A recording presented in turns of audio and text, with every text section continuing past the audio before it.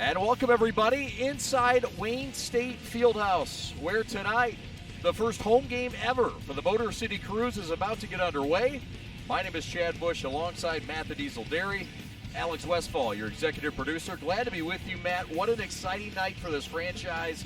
Already a 140 to 117 win back on Saturday in Cleveland. Now they're home. They get to open this beautiful new facility that they've done a great job with here at Wayne State. They're ready for game number one. A lot of first year tonight, but it's good to get that win under their belt already. Chad, it is great to be here, and you're right when you talk about what the Motor City Cruise is doing. The move, getting a G League team to Detroit, being able to practice at the Pistons Performance Center so that both teams, both the Pistons, of course, the parent club, and the G League team can be together. Players going back and forth, Saban Lee, Luka Garza, guys like that can only help in their development. And tonight, they open up this brand spanking new building. Should be exciting. It should be exciting. Both teams come in 1-0, and the visitors, the Wisconsin Herd, are coming off really an exciting game. They won 126-124 back on Monday night. Look, they come in here against a team that the Cruise can benchmark against because they played the same Cleveland team last Saturday. Yeah, it's very interesting to see that both teams have played one game, and it's against a common opponent, like you mentioned, the Charge. Neither team had issues with the offense, with scoring. Saban Lee goes off for 42 on Saturday, and the Cruise put up 140 and really played well, moved the basketball. DJ Baker loved the ball movement. And then the Herd on Monday night, 126 points at home, getting a late shot from Rajon Tucker with .3 to go to win. So it should be fun to see which team will sort of bend tonight on the defensive end. Yeah, defense will be key. We'll get into that later with Matt's keys to victory. Again, glad to have you here at the Wayne State Fieldhouse. Chad Bush, Matt Derry with you. And we're about to see history in this franchise that came over in the offseason. A lot of folks thought this franchise came from Grand Rapids. No, this is a expansion franchise that has some legs, has some history, and Rob Murphy, the president and general manager of this franchise, has put together quite the operation and quite the ball club. It's going to be fun to watch this year. It really is, and you talk about kind of marrying things together. A guy like Troy Weaver has done such a great job in year two as the GM, hiring somebody he knows very well, and Rob Murphy, somebody we know very well, Chad. When we were at Eastern Michigan together working with Murph, fantastic minds, knows basketball, and when you're restoring like the Pistons are, you want young guys like Saban Lee, who we see on the screen right now, that can really get it done and can maybe develop a little bit, get some games in with the Cruise, and then help the Pistons, the parent club, and that's what's exciting about this entire marriage between these two teams. You take a look there at Saban Lee, Matt, he's our impact player for the Cruise, and for good reason. He went off last Saturday night in Cleveland. You look at the numbers, Chad. I mean, 42 points, 8 assists, 8 rebounds, but you think, okay, 42 points in this day and age of the NBA and the G League. What do you have, 8 threes, 9 threes? No, he only had 2. He got to the free throw line 7 times and made them all. He can attack off the bounce, super quick. Came really out of nowhere last year in the second half of the season to help the team during kind of the pandemic season. And now, getting an opportunity to flourish and flash the other night in Cleveland, he was unstoppable inside, outside with him and Luka Garza. Was fun to watch. Saban Lee, of course, out of Vanderbilt, 42 points put up last Saturday. Now, let's talk about the Wisconsin Herd, who also come in 1-0. And they're an organization that got off to a great start. Hey, look, they're a team that had some nice things happen for them, but things were led with their point guard, as now we get a look at some of the highlights from Saban Lee and his effort on Saturday. 42 points. That's not easy to do at any level, Matt. No, it's not. And again, you watch where all this starts from. It's that pick and roll game with Garza, and then the ability for Saban Lee to find Luka rolling, hitting Servetus out on the wing. One thing that Troy Weaver has talked about, whether it's the Pistons or whether it's the Cruise, is trying to develop and find shooters out on the perimeter. And that's what the Pistons have done, and that's what that man there, Saban Lee, kind of did the other night in running the entire show. And it was fun to watch, similar to last night. Kind of fun to watch Cade Cunningham run the show for the Pistons and get them a win. Pistons get a win last night in Houston. We'll take a timeout. We'll come back, and we're going to talk to the first-year bench boss, DJ Baker. And we had a nice chat with him in the pregame, getting to know him a bit. He's excited for this opportunity. A high-rising coach, already off to a fast 1-0 start. We'll get his words next here on the Preps coverage of the inaugural opener, the home opener for the Motor City Cruise. Glad you're with us here in Midtown Detroit. More NBA action? Jump into League Pass and stream live games anywhere. Stream more dunks, more buzzer beaters, and more moments all season long on any device. Catch up with condensed games, get interactive stats, and customize the play-by-play with local broadcasts. NBA League Pass brings the game to you. Subscribe today.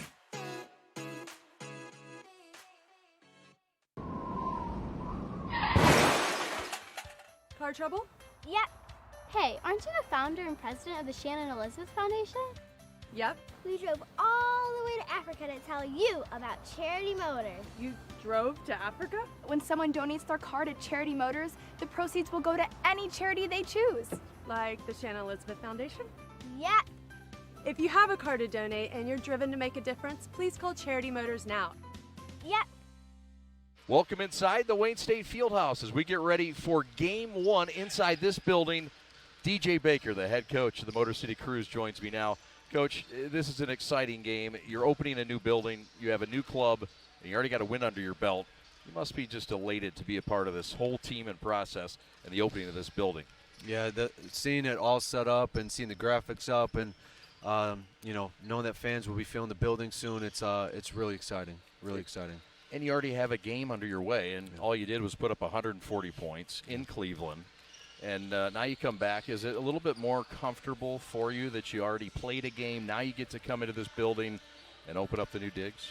Yeah, I think so. It's kind of, anytime you get a chance to just, we had a couple exhibition games as well and kind of getting guys used to what the expectations are and the flow of the game and, going up live against another opponent instead of just being up on our players being up on each other. It was great to get one game under our belt, and now to be home is, really exciting. You're led by really a nice core. You got a point guard, you got an off guard that puts up 42 points, and you got a big man that puts up 24 points. Yeah. I mean, really, that's a nucleus that you have to love as a head coach.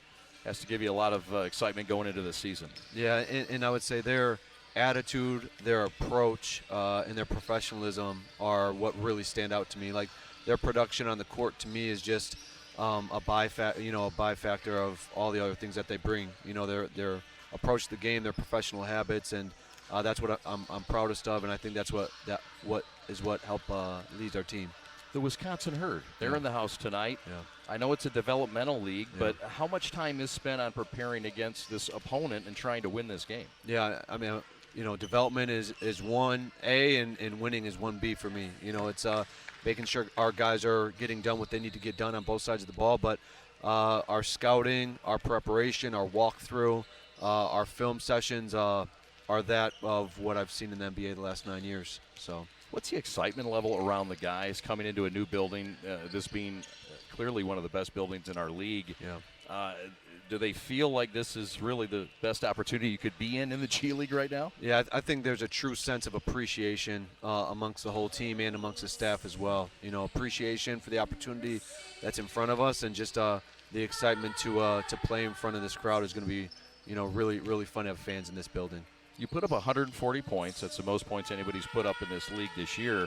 A lot of things might have been overlooked in that win, other than putting up points. Talk about some other things you're quite proud of from that victory in Cleveland last week. I would say the way in which the game was played. Like the final result was great and the number of points that we scored was great, but the togetherness, the ball movement, the commitment to get stops on the defensive end, executing at critical times of the game, just the way in which the team was bought in and played with one another, and the results were great, but the approach to it is really what stood out to me more than anything else. What's the key to victory tonight? What do you need to do against the Herd to get out of here 2-0 and get this big sellout crowd out of here with smiles? I mean, I think defensively we have to be ready for the speed of their guard. They have 3 guards that can really score the ball, that can really penetrate. They're an aggressive team. So defensively, having 5 guys against the ball is going to be really important.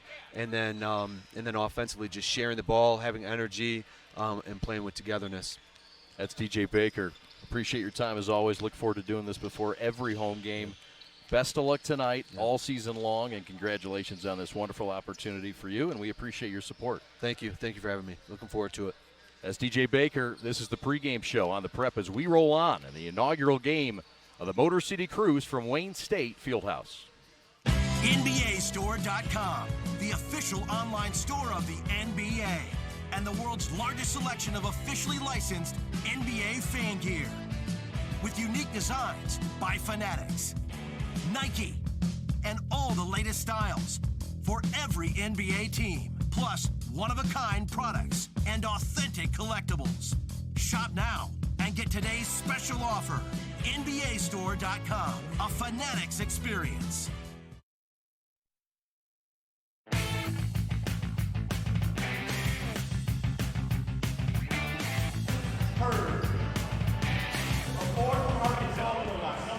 Chad Bush and Matt Derry with you from Wayne State Fieldhouse. Motor City Cruise and the Wisconsin Herd in the house, a couple of 1-0 teams. Let's meet the starters as we start first with the road team, the Wisconsin Herd.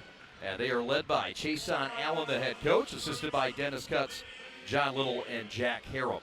They'll start with Wenyan Gabriel at one of the forward spots, 6'9" out of Kentucky. At one of the other forward spots is Terry Layer, a 6'7" forward out of Connecticut. At one of the guard spots, it's Trey Waters, who's their top assist man. He had 12 dimes in game number 1. He's a guy to watch out. He's a straw that stirs the drink for the Herd. At the other guard spot, it's Lindell Wigington, a 6'1" guard out of Iowa State, Canadian product. Rajon Tucker at another forward spot, 6'3", out of Arkansas Little Rock. That rounds out the starting 5 for the Wisconsin Herd, who come in 1-0 under head coach Chason Allen. Let's meet the starters for your Motor City Cruise. 1-0 on the year after their big-time win on the road, 140-117 against Cleveland. Saban Lee gets the start at the guard spot. How about him? 42 points for the 6'2" guard out of Vandy. At the other guard spot, it's Trayvon Palmer. And Palmer, a 6'6" forward from Chicago State. Jamarco Pickett is another forward. Pickett 6'9", 206. The former Hoya out of Georgetown. Davidas Servidis is another forward, 6'8" out of Lithuania. And rounding out the starting 5 is the big boy in the middle, Luka Garza, who wears double 5s. He's out of Iowa. He's a two-time Big Ten Player of the Year and a National Player of the Year a season ago. The head coach is DJ Baker, assisted by Xavier Silas, Brian Boyle, Jamal Benjamin, and Marcus Stout. My name is Chad Bush. He's Matt Derry. Matt, an exciting matchup, a new building, second game of the year, first time ever in this building. What a beautiful facility. But what's got to happen here? The bottom line is the Crews want to get some progress tonight as an organization. No, they really do, Chad. And let's start, in the open we talked a little bit about the Herd, but the guy to watch, like you mentioned before, is number 51, Tremont Waters. I remember watching Trey Waters at LSU. Yeah. Kind of ran the show. Somebody that, 2 years ago was the G League Rookie of the Year. He's got experience in this league, played for the Celtics, drafted by the Celtics and played for Maine, and then now picked up by the Bucks and is a part of their G League team. So this is a guy that just knows how to play. And I like Trey Waters, so you watch him. You mentioned before what DJ Baker kind of told you in the open there in the pregame show was, you gotta be concerned about their guards. Yeah. As the entire Crews roster is being announced here. But so Waters, Rajon Tucker off the bounce, hit that big shot the other night for the Herd. They've got some guys that people I know, probably some casual college basketball fans have heard of. Javin DeLaurier, of course, from Duke. Wenyan Gabriel from Kentucky. That's 6'10", 6'9". Luka Garza is going to have to be big on the glass tonight. It's not the biggest Crews team. That's a concern, certainly rebounding the ball. Justin Robinson, also a sneaky name on that roster, former star out of Virginia Tech, also a guy that might make some hay later on in the year. Speaking of guys that later on in the year might make an impact for the Crews, there's guys that are not active tonight. We will not see Derek Walton at the point guard spot. And we will also not see Mr. Livers, but he's a guy that both those guys are former Wolverines, they're very excited about, and they're going to have to work around Walton, though. He's a big loss tonight. It is. A little tightness, I think, in the hamstring, they say, for Derek Walton. So he played in the first game, obviously, the opener the other night, but not getting the opportunity to play tonight. They're going to take it easy with him. But you mentioned Isaiah Livers, and you see him on the screen there in the white hoodie. He's somebody that I know Troy Weaver and the front office with the Pistons are really excited about. Took him in the second round. Everybody knows him from this area. Michigan kid, then played at University of Michigan, of course, for John Beilein, who is now on Dwayne Casey's staff. That's right. I talked to Isaiah a couple of weeks ago as he's coming back from a stress fracture, and he's like, look, I'm going to take my time, whatever the training staff tells me to do. This is a young guy, 21, 22 years of age, just wise beyond his years, Chad, because he's thinking, I'll do whatever they tell me. He wasn't saying to me, can't wait to get to the league, can't wait to play, I'm ready to go. He said, look, if I start in G League, if I'm playing a little bit for the Crews, whatever it is, and I love his attitude, really, really smart kid. He fits the culture, really does fit the culture of this Pistons/Crews organization. No doubt. This organization got rolling when they named Rob Murphy the president and general manager back in May, or in March rather, and then the hiring of DJ Baker, who was an assistant with the Pistons for, 4 years? Yep. Prior to this, and so it's nice to have pieces like Murphy and like Baker that know the system, know Dwayne Casey, and also know what the general manager of the Detroit Pistons, Troy Weaver's trying to get done. They really do. Everybody wants to be on the same page. Across from us, Rob Murphy in the house, the general manager. Ben Wallace is here tonight. Great to see Big Ben in the house, like you mentioned, and certainly Troy Weaver here too. So, it's exciting. It's a very, very cool new arena and great vibe. Basketball coming back to the Motor City. And look, of course, we had, we've gone through a pandemic, and I don't even want to harp on that, Chad, but now to get people together to watch some basketball and see some guys develop, it's a lot of fun, and I love the direction that the Pistons are going, and to have the Crews right down the street is just awesome. All right, we are just about set to go. The Crews come out in the blue uniforms. The Herd, of course, from the Milwaukee Bucks organization, come out in the whites, sort of an opposite of the NBA look. Is this something we should get used to? Look who's on the screen. We just missed him. The great Pat Bush in the house, Craig Patterson. Yeah. We got some all-stars working with us tonight. We sure do. We're glad to bring you coverage of Motor City Crews basketball all season long right here on the Prep. As the fellas get ready to tip this thing up, it'll be Pickett to jump it along with Gabriel out of Kentucky.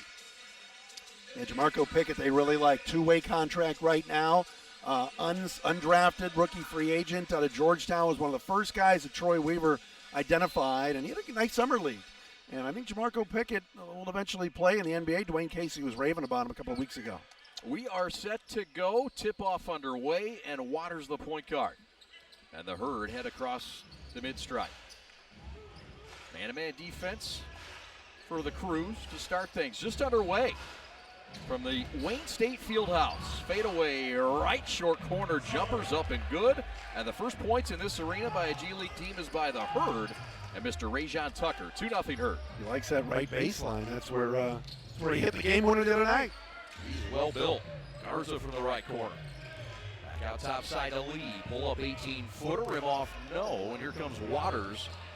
And the Herd who lead it 2-0. I think the Pistons really, how many times am I going to say that tonight? One thing the Crews they want to do is keep these young Herd guards in front of them. And that time, good defense forcing Waters to shoot a three. Off the mark, Waters. He had 17 points, but really the impressive stat line is the 12 dimes he had back in their win on Monday night. That long ball's off the mark, and here comes Wigington. And the Herd with a 2-0 lead. Crews looking for their first points here at Wayne State Fieldhouse. Waters dribble drive. Hook pass to the pocket left. Shot was blocked. I think Palmer got a hand on that, Matt. Yeah, good defense by Trayvon. Here's Servetus. Servetus for the first Crews points in organization history in Wayne State Fieldhouse. There it is. Splash City for the Crews. They lead it 3-2 with 10:20 to go in the first. Servetus, of course, taken in the second round a couple of years ago, and actually the organization let him go, brought him back now, and he's a part of this Crews roster. 6'8" Lithuanian. Nice to have that reach and extension from the corner. A tall shooter. That's part of the system that Dwayne Casey likes to have. Shooters.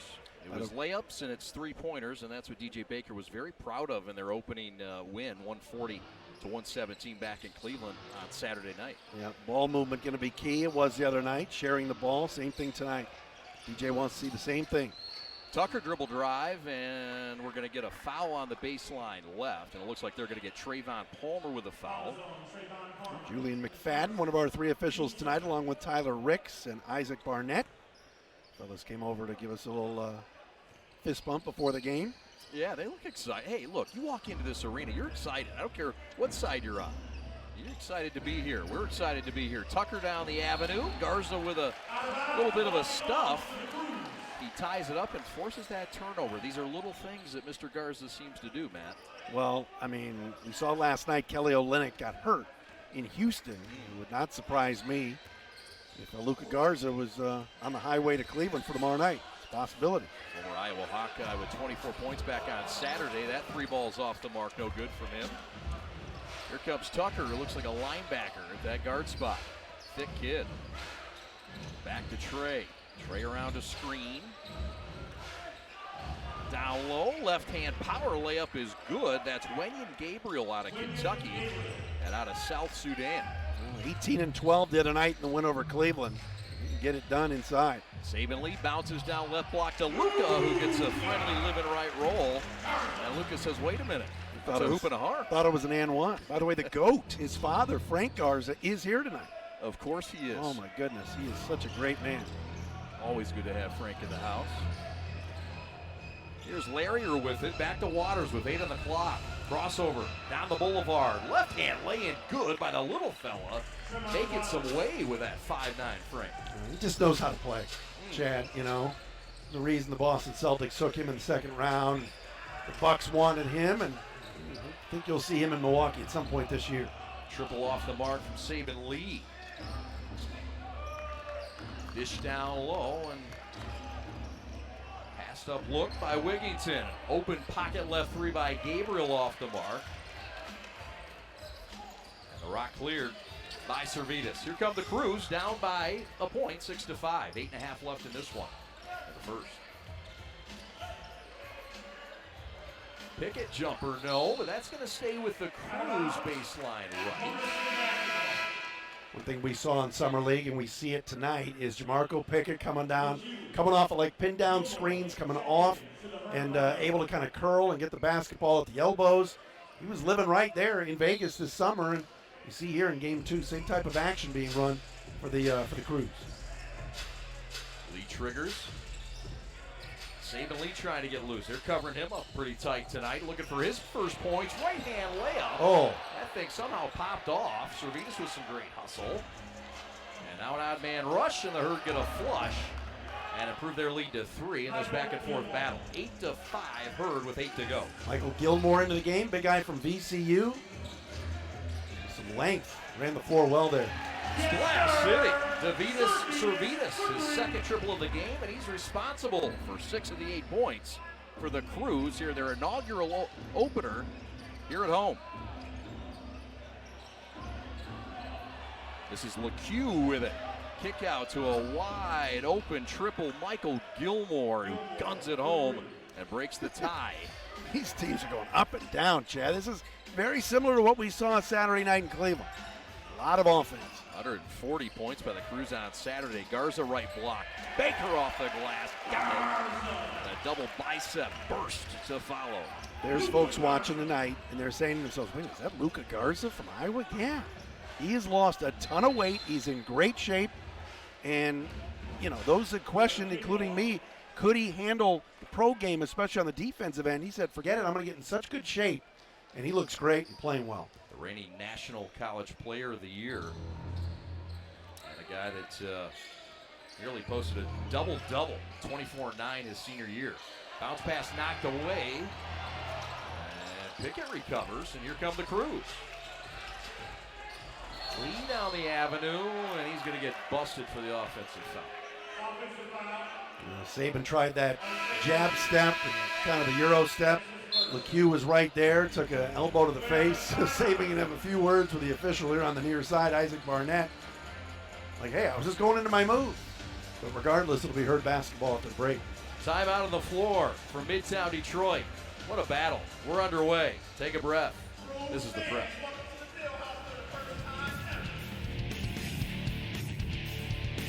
NBAstore.com, the official online store of the NBA, and the world's largest selection of officially licensed NBA fan gear.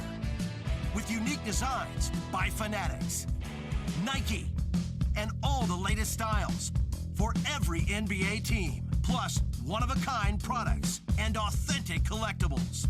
Shop now and get today's special offer. NBAstore.com, a Fanatics experience. We like to do it before we go out on the weekend. We do. We do it every week. Whether we need to or not. We did it today. It was really dirty. My parents do it every day. Hey, kiddo. Do it every day with the Unlimited Club only at Jack's Car Wash. Protect your car from the hot summer sun, dust, dirt, and contaminants all summer long with the Jack's Unlimited Club. Join today, starting at just $22.99 a month.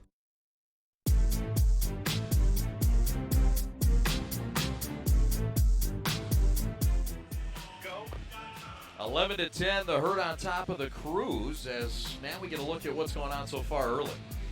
A lot of running. Certainly both teams kind of pushing it, getting out in transition. You saw Michael Gilmore with that dunk in transition. If anybody on this Crews team wants to put the ball in the deck, we're seeing early on the Herd in passing lanes, going for steals, and immediately trying to get out and push. So maybe the team that has the least amount of turnovers tonight would end up winning this basketball game. Yes, sir. 6:55 left, and no substitutions yet for the Crews. A little bit of a shorter bench tonight. But, hey, look, when you're getting up and down the court and getting used to this schedule, Matt, I mean, what's it like getting the pace settled in the G League and understanding a lot of these guys are first-year pros, getting used to the professional game? What's the biggest adjustment for these guys? Well, a lot of these guys that came from college, they all were the best player on their team in college. They were the man. They were the guy on campus. And now you're in the G League. There's certainly individual players that feel they should be at the next level, and you got to earn your keep again. And that's an adjustment, an emotional adjustment for a lot of these guys. Sure. This is Wenyan Gabriel working it from the right wing, and he rocks it up off the rim and good. Herd with a 3-point lead. Largest lead of the game for anybody has been 3 points. Pickett handles it. And again, Turns as I told you, Chad, you cannot lazy pass out on the perimeter with Trey Waters around. That'll be a death sentence. It's an adjustment without Mr. Walton. You can imagine. Stutter step with Lee. Pocket left. It's been a hot corner so far. Short there. Dump ahead to Gilmore. Is well defended by the Crews, who gets back. Good effort. DJ Baker, the first-year coach, native of Crown Point, Indiana, up in that northwest corner of Indiana. He said, hey, I grew up outside of Chicago. Oh, yeah. I claim Indiana. He does. But he is a Chicago sports fan, and he and I had to talk about that. We got that out of the way, and you know, I'm a Detroit sports fan, of course. Yeah. I know you're a Cleveland sports guy, so it's cool to have guys from the Midwest and rivals. It is, but he's a big sports guy, though. But, you know, in that state of Indiana, basketball is just everything. It's a different level. Oh, yeah, no question. Sabin Lee dishes right baseline and threw it away. So back-to-back turnovers and back-to-back possessions for the Crews, Matt. 15-10. Herd with their largest lead, 5:50 to go in the first. A couple of early turnovers so far for the Crews. Not something DJ Baker wanted to see. Certainly right now it's about getting some stops. Yes, sir. Savitas out to check Cunliffe, who's checked into the lineup for the Herd. He'll go down right of the lane and miss the short roller. Yeah, Sam Cunliffe out of Evansville, one of the great shooter in college. Speaking of that great state of Indiana in basketball. The Aces. That's right, one of the best mascots. And used to wear the short sleeve jerseys. That's right. That's how I fell in love with Evansville. That's right. That's right. Evansville basketball, the jerseys, man. It didn't make any sense. I think they went away from that, by the way. They did. I'm sorry, Matt. Jalen Johnson checks in. Pickett checks out. Johnson, the first pick in the G League draft, Rob Murphy. And a crafty pass on the skip down low to Lee under the bucket. He gets hacked. And he'll go line right and do something the Crews do extremely well, and that's shoot free throws. Again, the other night, Sabin Lee in Cleveland, we mentioned it before, got to the free throw line 7 times, made all 7. And the other night, the Crews, like you said, perfect from the line. They were 13 of 13, Chad. I hope we don't jinx them. I don't believe in that broadcaster jinx. You don't? I do not. Mr. Lee will knock these home without any sweat.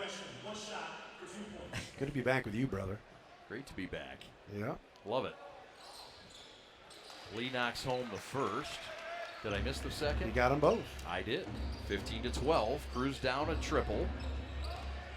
5 minutes, 10 seconds left in the first quarter. Glad you're with us. First home game ever in Crews history. Floater from the paint, no good. Got his own, missed it. Thornton back out. And LeCue misses. Couple of shots, and the Crews dodged 2 bullets. Really physical game Saturday in Cleveland. Luka Garza was exhausted after that one. Double J's with a miss. And on the run is Cunliffe. Pocket left. Wigington triple long. And here comes Jalen Johnson and the Motor City Crews. Johnson, experienced G League player. Again, somebody from Louisville, and Murphy, Troy Weaver knew very well. Left elbow Savitas, down low to Luka, and he got busted for the walk. And he doesn't love that call. Plays so hard. Love the intensity, don't you? He just plays contagious. so hard, you know. And yeah. Look, you're going to turn the ball over. You're going to make some mistakes. He's looking back like, no, I tried that little James Worthy spin on the baseline, and he said he moved his pivot foot. Another Crews turnover. Drop down right block, and that one swatted away. Delorier got it swatted from Luka. Back to Servetus for 3. No. Luka with an offensive board, stick back, and a foul. He'll get rewarded and go line right and shoot a couple. Looked like Servetus took a couple of extra steps, got away with it, missed the 3, but you know who under the glass? Luka Garza again cleaning up on the interior. Great offensive rebound. And sure, if he watches the tape of this, he'd want to go right back up, but still patience inside and rewarded with a couple of free throws. He's got a nose for the ball, but a lot of that's effort, of course, especially on the offensive end. He grabbed 8 rebounds on Saturday in the Wolstein Center. Luka keeps the Crews perfect from the free throw line this year. 15-14, Bird up by 1. Wigington across the timeline. Active Delorier. And we get an offensive foul, illegal screen. And that one's going back the other way, says Tyler Ricks. Our buddy Aaron Smith, longtime Pistons and Palace employee, is doing the PA announcing tonight. He sounds like Mason. He's got a little John Mason in him. He's got a lot of Mason in him. He's got a little bit of style, and I tell you what, he is outstanding. And I enjoyed the rehearsals with Aaron, just listening to him. Coach Aaron, he's the man. Is that right? He's a coach too? Well, some guys have it all. Dump down right block. Garza with a fresh move, but missed it. But Pickett says, I got your back. And he taps it home to give the Crews their lead. Actually, that was Trayvon Palmer, Jack, getting in there. But good to see them hit the offensive glass and take lead. To the rack. And LeCue, Jalen LeCue out of Brewster Academy, a kid that came out mad out of high school. Dumped down low, picked off. Sam Cunliffe on the run. Nice play. Servetus will pick it off. And Garza Lee with a 3-on-1, and he hammers it home. And a stare down after by Double Nichols. Right wing 3, and a quick answer by Cunliffe. And this pace continuing to pick up. Bird regained the lead, 20-18. Tell you one thing, you want to have some fun. You want to see some guys maybe a little bit of jawing, but you know what? You got to get back. Bird really, off the mark. Really push the pace. Sorry about that, Matty. You're good. 2.5 left. Hurt by a deuce. Wigington around Garza. Euro step, no. And Lee wants to push and run and flip back to JJ. Pocket left. Servetus for 3. Splash City. Timeout Bird. Chase on Allen Watts. Timeout in Midtown. We'll take it with him. 2:19 to go in the first quarter. Crews 21 per 20. We're back on the prep after these.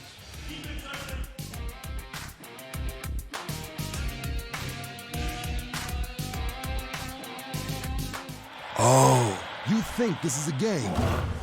Nah, this right here, this is the NBA G League. The world's most game-recognized game league. The most groundbreaking league. Most get that weak stuff out league. The most graduated league.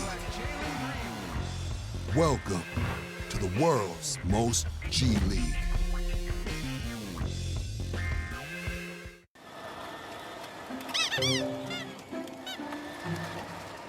We're here to donate our cars to Charity Motors, right girls? Yep. And we're gonna get the full fair market value for our cars right now. You with me? Yep. And they'll even take this junker.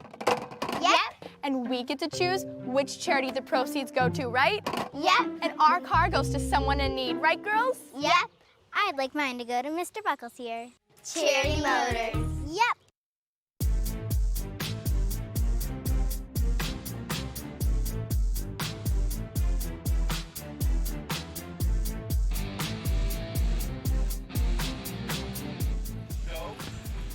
Chad Bush and Matt Derry with you as you see the Garza stuff, a little emotional lift, and then this, Matt, really got him going. I'll see what Luka Garza is able to do in transition and getting out and running. And certainly this has been that kind of game so far, Chad, just a track meet between these two teams with the Crews leading by 21-20. And Luka's going to get a little bit of a breather.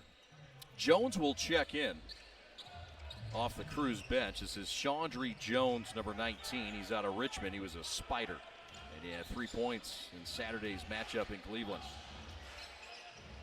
Dribble drive missed. Rebound off his own miss. And Wenyan Gabriel 0 for 2 in that stint. Getting dirty on the deck down there in the left baseline. We got a whistle and a foul. And what do we have here? Mr. Tyler Ricks. They're going to keep it with the guys in white. Bird ball out of bounds, baseline left. Tucker with a shake and bake. Stick back, 19-footer. Short, funky, wonky. Bump off that glass, and I'm not sure what's being called. It hit the top of the glass, but it didn't go over. Right. And it looks like they got a foul on the interior on the Crews. Also checking in for the Crews is Chris Smith, the former UCLA Bruin, 6'9".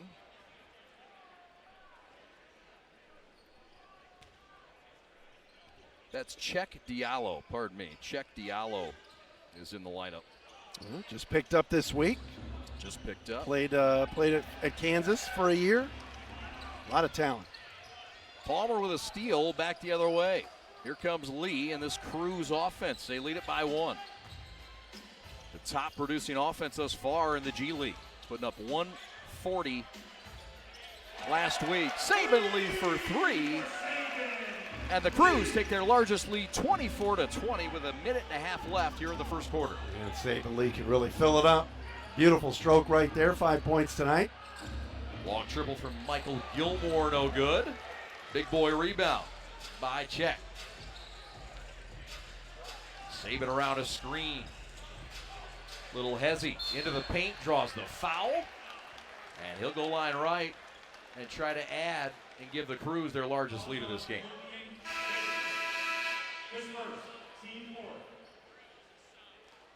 DJ Baker's staff, by the way,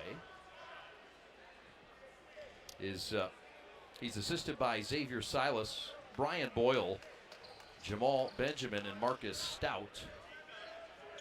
And they've assembled this staff pretty quickly. And anytime you have a team that's starting a new franchise, Matt, there's so many pieces you have to put together from a logistics standpoint. Oh, yeah. There's a lot to do. And, yeah, the organizations are now closer together. They practice in the PPC together. They work together. But, hey, look, a new organization has kinks to work out. I mean, so far, it's early, but it looks like this organization has done things very smoothly to start. No, they have. And I want to point out something. In the G League, you can elect to shoot 1 free throw for 2 points. So that's what we just saw with Saban Lee just now. The officials looked up and said, yeah, give him an opportunity for, 1, I guess, to make 2, as they said. Dead spot right, triple no good. Good point, and I'm glad you pointed that out. That is took me a second. An interesting rule, and it's fun. And it's part of what the G League offers. There's a bucket that's good in the paint. That's Terry Larrier out of Connecticut, the 6'7" forward, who had 14 points in Wisconsin's win on Monday. What do we have here? They got to add a couple of seconds to the clock. We're in the final 41 seconds of the first quarter. They're going 42.3 here. Okay. The officials have a little clock issue. But like you said before, Chad, you were talking to me before the free throws. There's going to be a lot of turnover. There are going to be some guys that stay, guys that go, G League. Obviously, teams have an opportunity to pluck players off of other teams, G League teams, if they want to sign them to an NBA contract. So that's how it works. But like you said before, having everybody in one spot at the Performance Center is such a big boost. Sure is. Lee working against Tucker. Back to Jones for three. And rebound ripped off by the Herd on the run. Trey Waters left wing to the rack. Kick out, pocket right, three, got it. That's Terry Larrier. He's got some range. And he's got the Herd within one. Final possession of the quarter, perhaps, for the Crews. Well, that was all made possible by Trey Waters. Chad, the drive and kick. He's special. When he's getting into that painted area, he's really good. Over Tiger out of LSU. Lee down low, into paint to Diallo. His 4-footer short, and that's how we end the first quarter ever in Crews history in the Wayne State Fieldhouse. Glad you're with us here on the prep for our coverage of Motor City Crews basketball. We're coming right back for second quarter action right after this.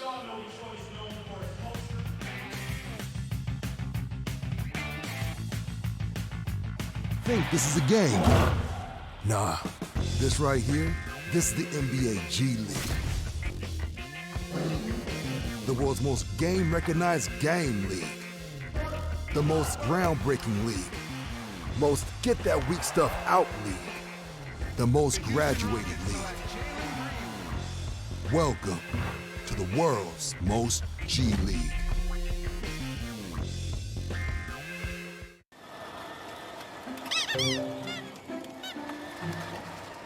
We're here to donate our cars to Charity Motors, right, girls? Yep. And we're gonna get the full fair market value for our cars right now. You with me? Yep. And they'll even take this junker.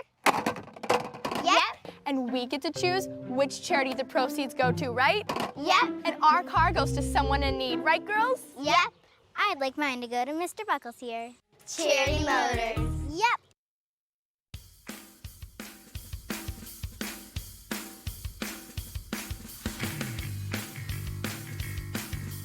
Well, the first points in Crews history happened here. And this was the corner triple met by Servetus, and this got things going. Yeah, Servetus on the outside, of course, hit 3 threes in that first quarter. He was really on fire. Luka Garza on the interior did a really nice job. And then on the defensive end, Garza with some help sends Delorme's shot away. And you see some activity on the interior, too, with Trayvon Palmer on the offensive glass. Second unit, a lot of those guys out there to start the second quarter for the Crews as they lead by 1, 26-25. Saban Lee has 7 to start this game, too, for the Crews. We're back tomorrow night. How about that? A little back-to-backer. It's kind of fun. That's how it works. Yes, sir. We'll stick around for another one.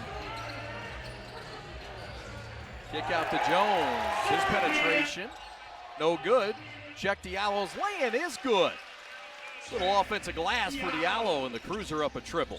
Nice job by Sheck Diallo to get inside. Right away again, all even off a make. Herd pushing the pace. Waters, coast to coast, and the foul. And a chance to tie it up with just a Trey Waters water bug scoot across the timeline.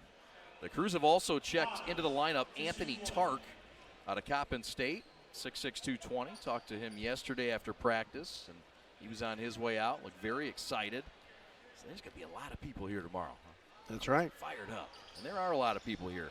Folks filing in, and there's a nice crowd on opening night on the home side for the Crews. Game number 2 overall.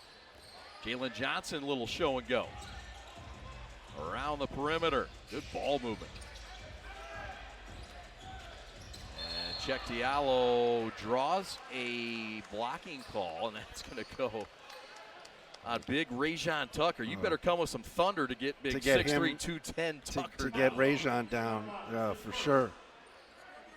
Check Diallo, a pickup this past week. And a signing for the Crews. Yeah, there's been some injuries with Motor City. Cassius Stanley, Chris Smith, Jared Cunningham. So they needed to fill out the roster here.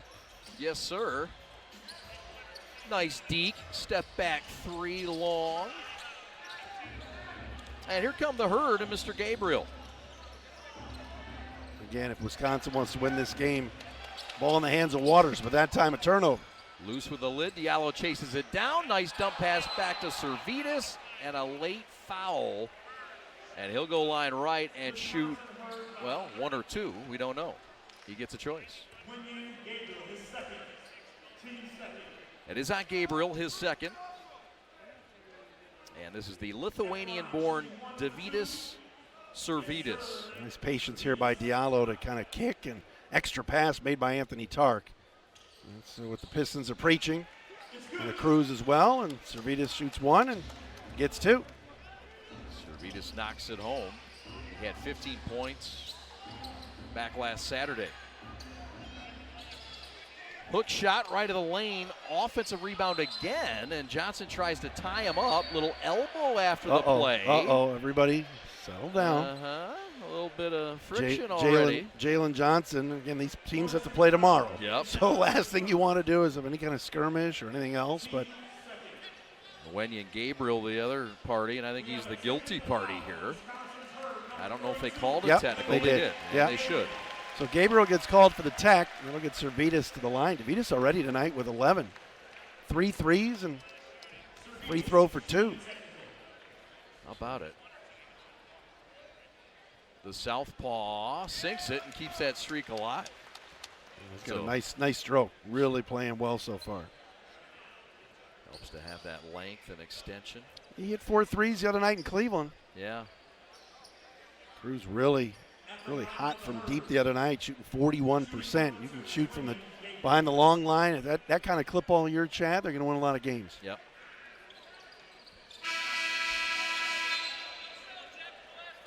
Delorier is going to check in. That's Javin Delorier, 6'10", out of Duke.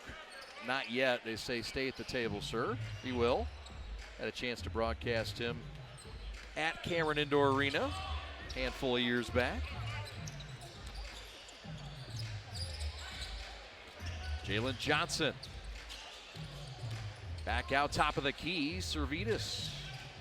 Pass is tipped. Check Diallo's pass. Down low to Johnson is flushed home. Crews by 3. 33-30 with 10:10 left. I love the unselfish play. The big to big pass. I love that stuff. Tucker's shot, perhaps distracted, blocked. Tark down the boulevard. Left hand laying good. And the Crews up by 5 now. Tark with his first points of this ball game. Love to see Anthony Tark fill the lane. Again, unselfish play by this Crews team. Played 18 minutes the other night in Cleveland did Tark. Loose ball foul on the Herd, and the Crews some momentum now as Pickett and Garza check in. And Johnson and Diallo check out for the home team in blue. There's some frustration on the face of Wenyan Gabriel, the tech earlier, and then that time got boxed out very well. And over the back. Nice job by the Crews defensively on the glass right now. One of the reasons they're up 5.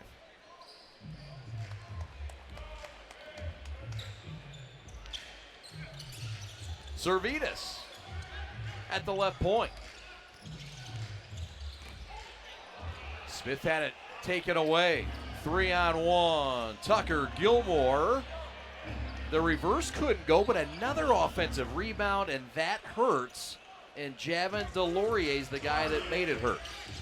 Yep, good stick back there from big number 12. There's that pick and pop game again. Garza's long J off the heel.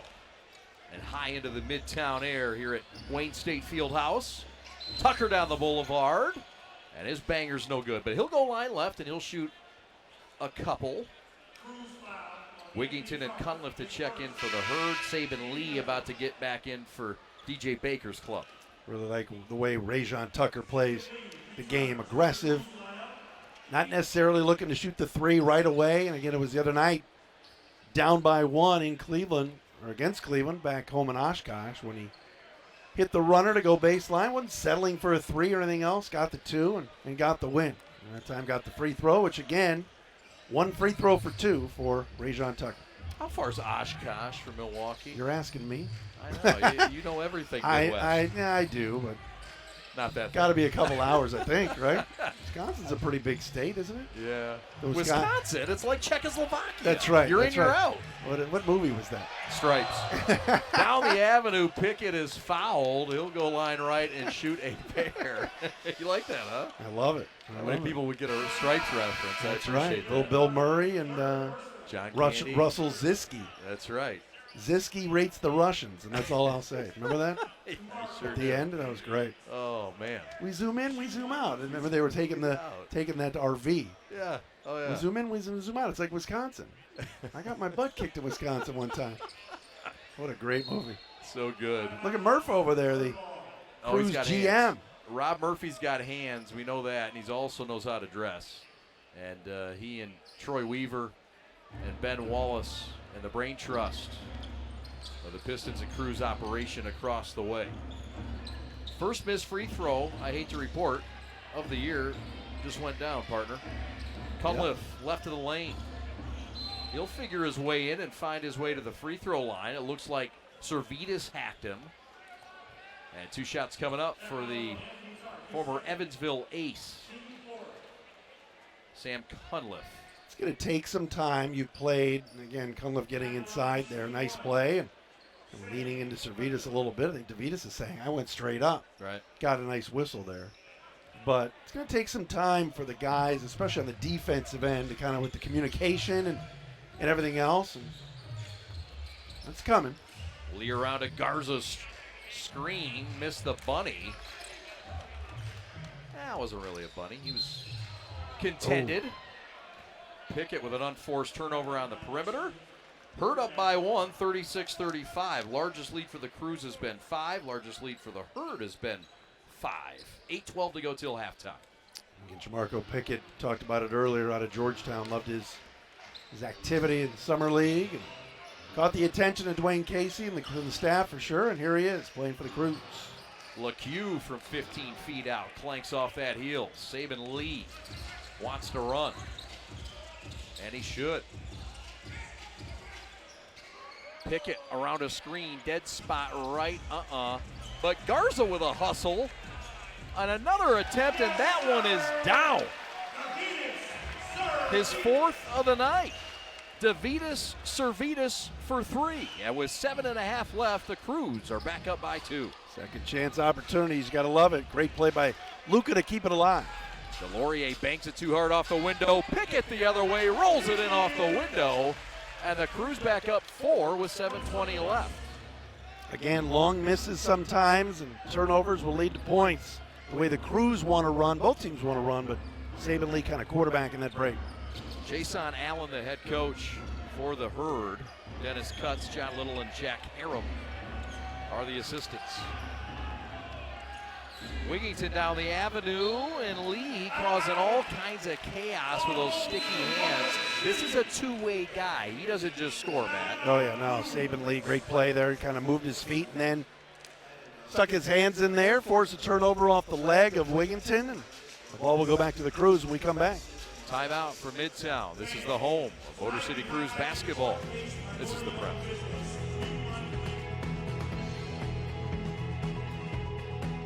NBAstore.com, the official online store of the NBA, and the world's largest selection of officially licensed NBA fan gear. With unique designs by Fanatics, Nike, and all the latest styles for every NBA team, plus one-of-a-kind products and authentic collectibles. Shop now and get today's special offer. NBAstore.com, a Fanatics experience. We like to do it before we go out on the weekend. We do. We do it every week. Whether we need to or not. We did it today. It was really dirty. My parents do it every day. Hey, kiddo.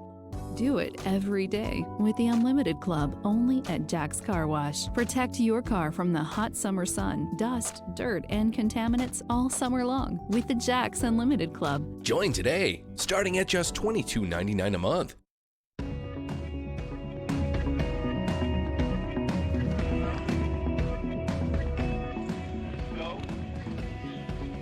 Chad Bush and Matt Derry with you. The Crews up by 4. Matt, 6:57 to go till halftime. What do you think so far of this battle? I love it. A lot of energy. Both teams kind of running and pushing the pace. I think, like I said before, the team that finishes with more turnovers tonight is the team that's going to lose. Yeah. Taking care of the basketball is key, and big key tonight too has been able, like you say, Chad, Splash City. Servidis tonight with 4 3-pointers, and love the way that he's shooting the basketball tonight. And he's been one of the reasons why this Crews team is up by 4. Leading scorer for the Crews, Saban Lee with the basketball, the leading scorer on the year. He's had a quiet night. Don't go anywhere. That's going to change perhaps soon. Servidis, who's had the loud night, is going to get quiet here as he'll get busted for a charge. It's interesting now because he's been able to hit that deep ball and leading the team with 13 points tonight, 15 points tonight. That's going to then force him to, hey, you know what, I'm going to adjust my game, ball fake, and get inside. But that time had his head down and drew the charge. Pickett hits the deck, pops up to cover up Wigington. Cunliffe around a screen. Floater in the paint, short, and another offensive rebound. Shot clock still at 8. Nice play. And Saban Lee is going to go coast to coast and hammer it home. Right down the boulevard in the D. Wow. Saban Lee getting up. Man, is he explosive. 6-point lead for the Crews, their largest, with 6 to go until halftime. Pickett with a rebound, and he threw it away, and this will be an easy hammer for Gilmore. Everybody ran down the other end. It was 4-on-1 without the basketball, Chad, and then it became a 3-on-0. Gilmore wanted that one home quickly as we get a shuffle of the shoes from Jamarco. He's trying a little bit too hard tonight.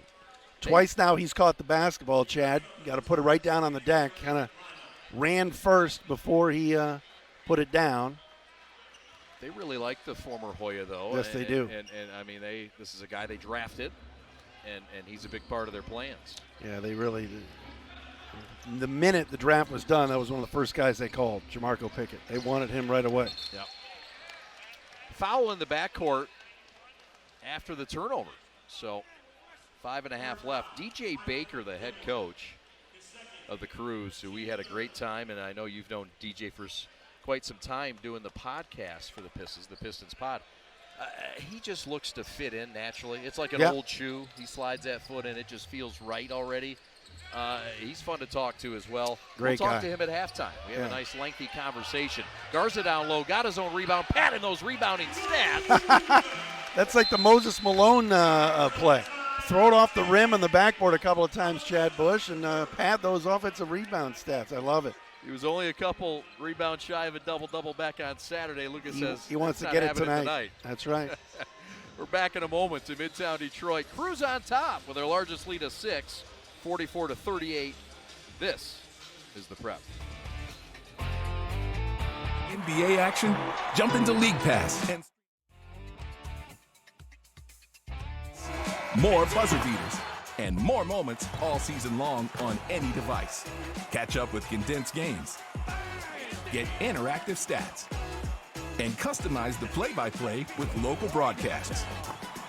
NBA League Pass brings the game to you. Subscribe today.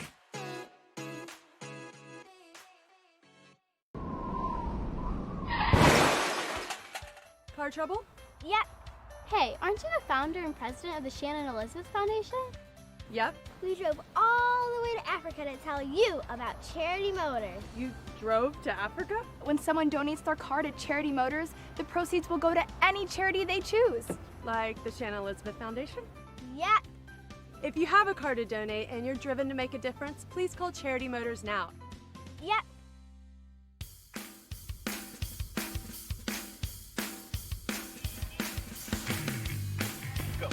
A lot of fun things about the G League that make this a little bit different. And Matt, part of it is the fact that there's a showcase event that really starts the year.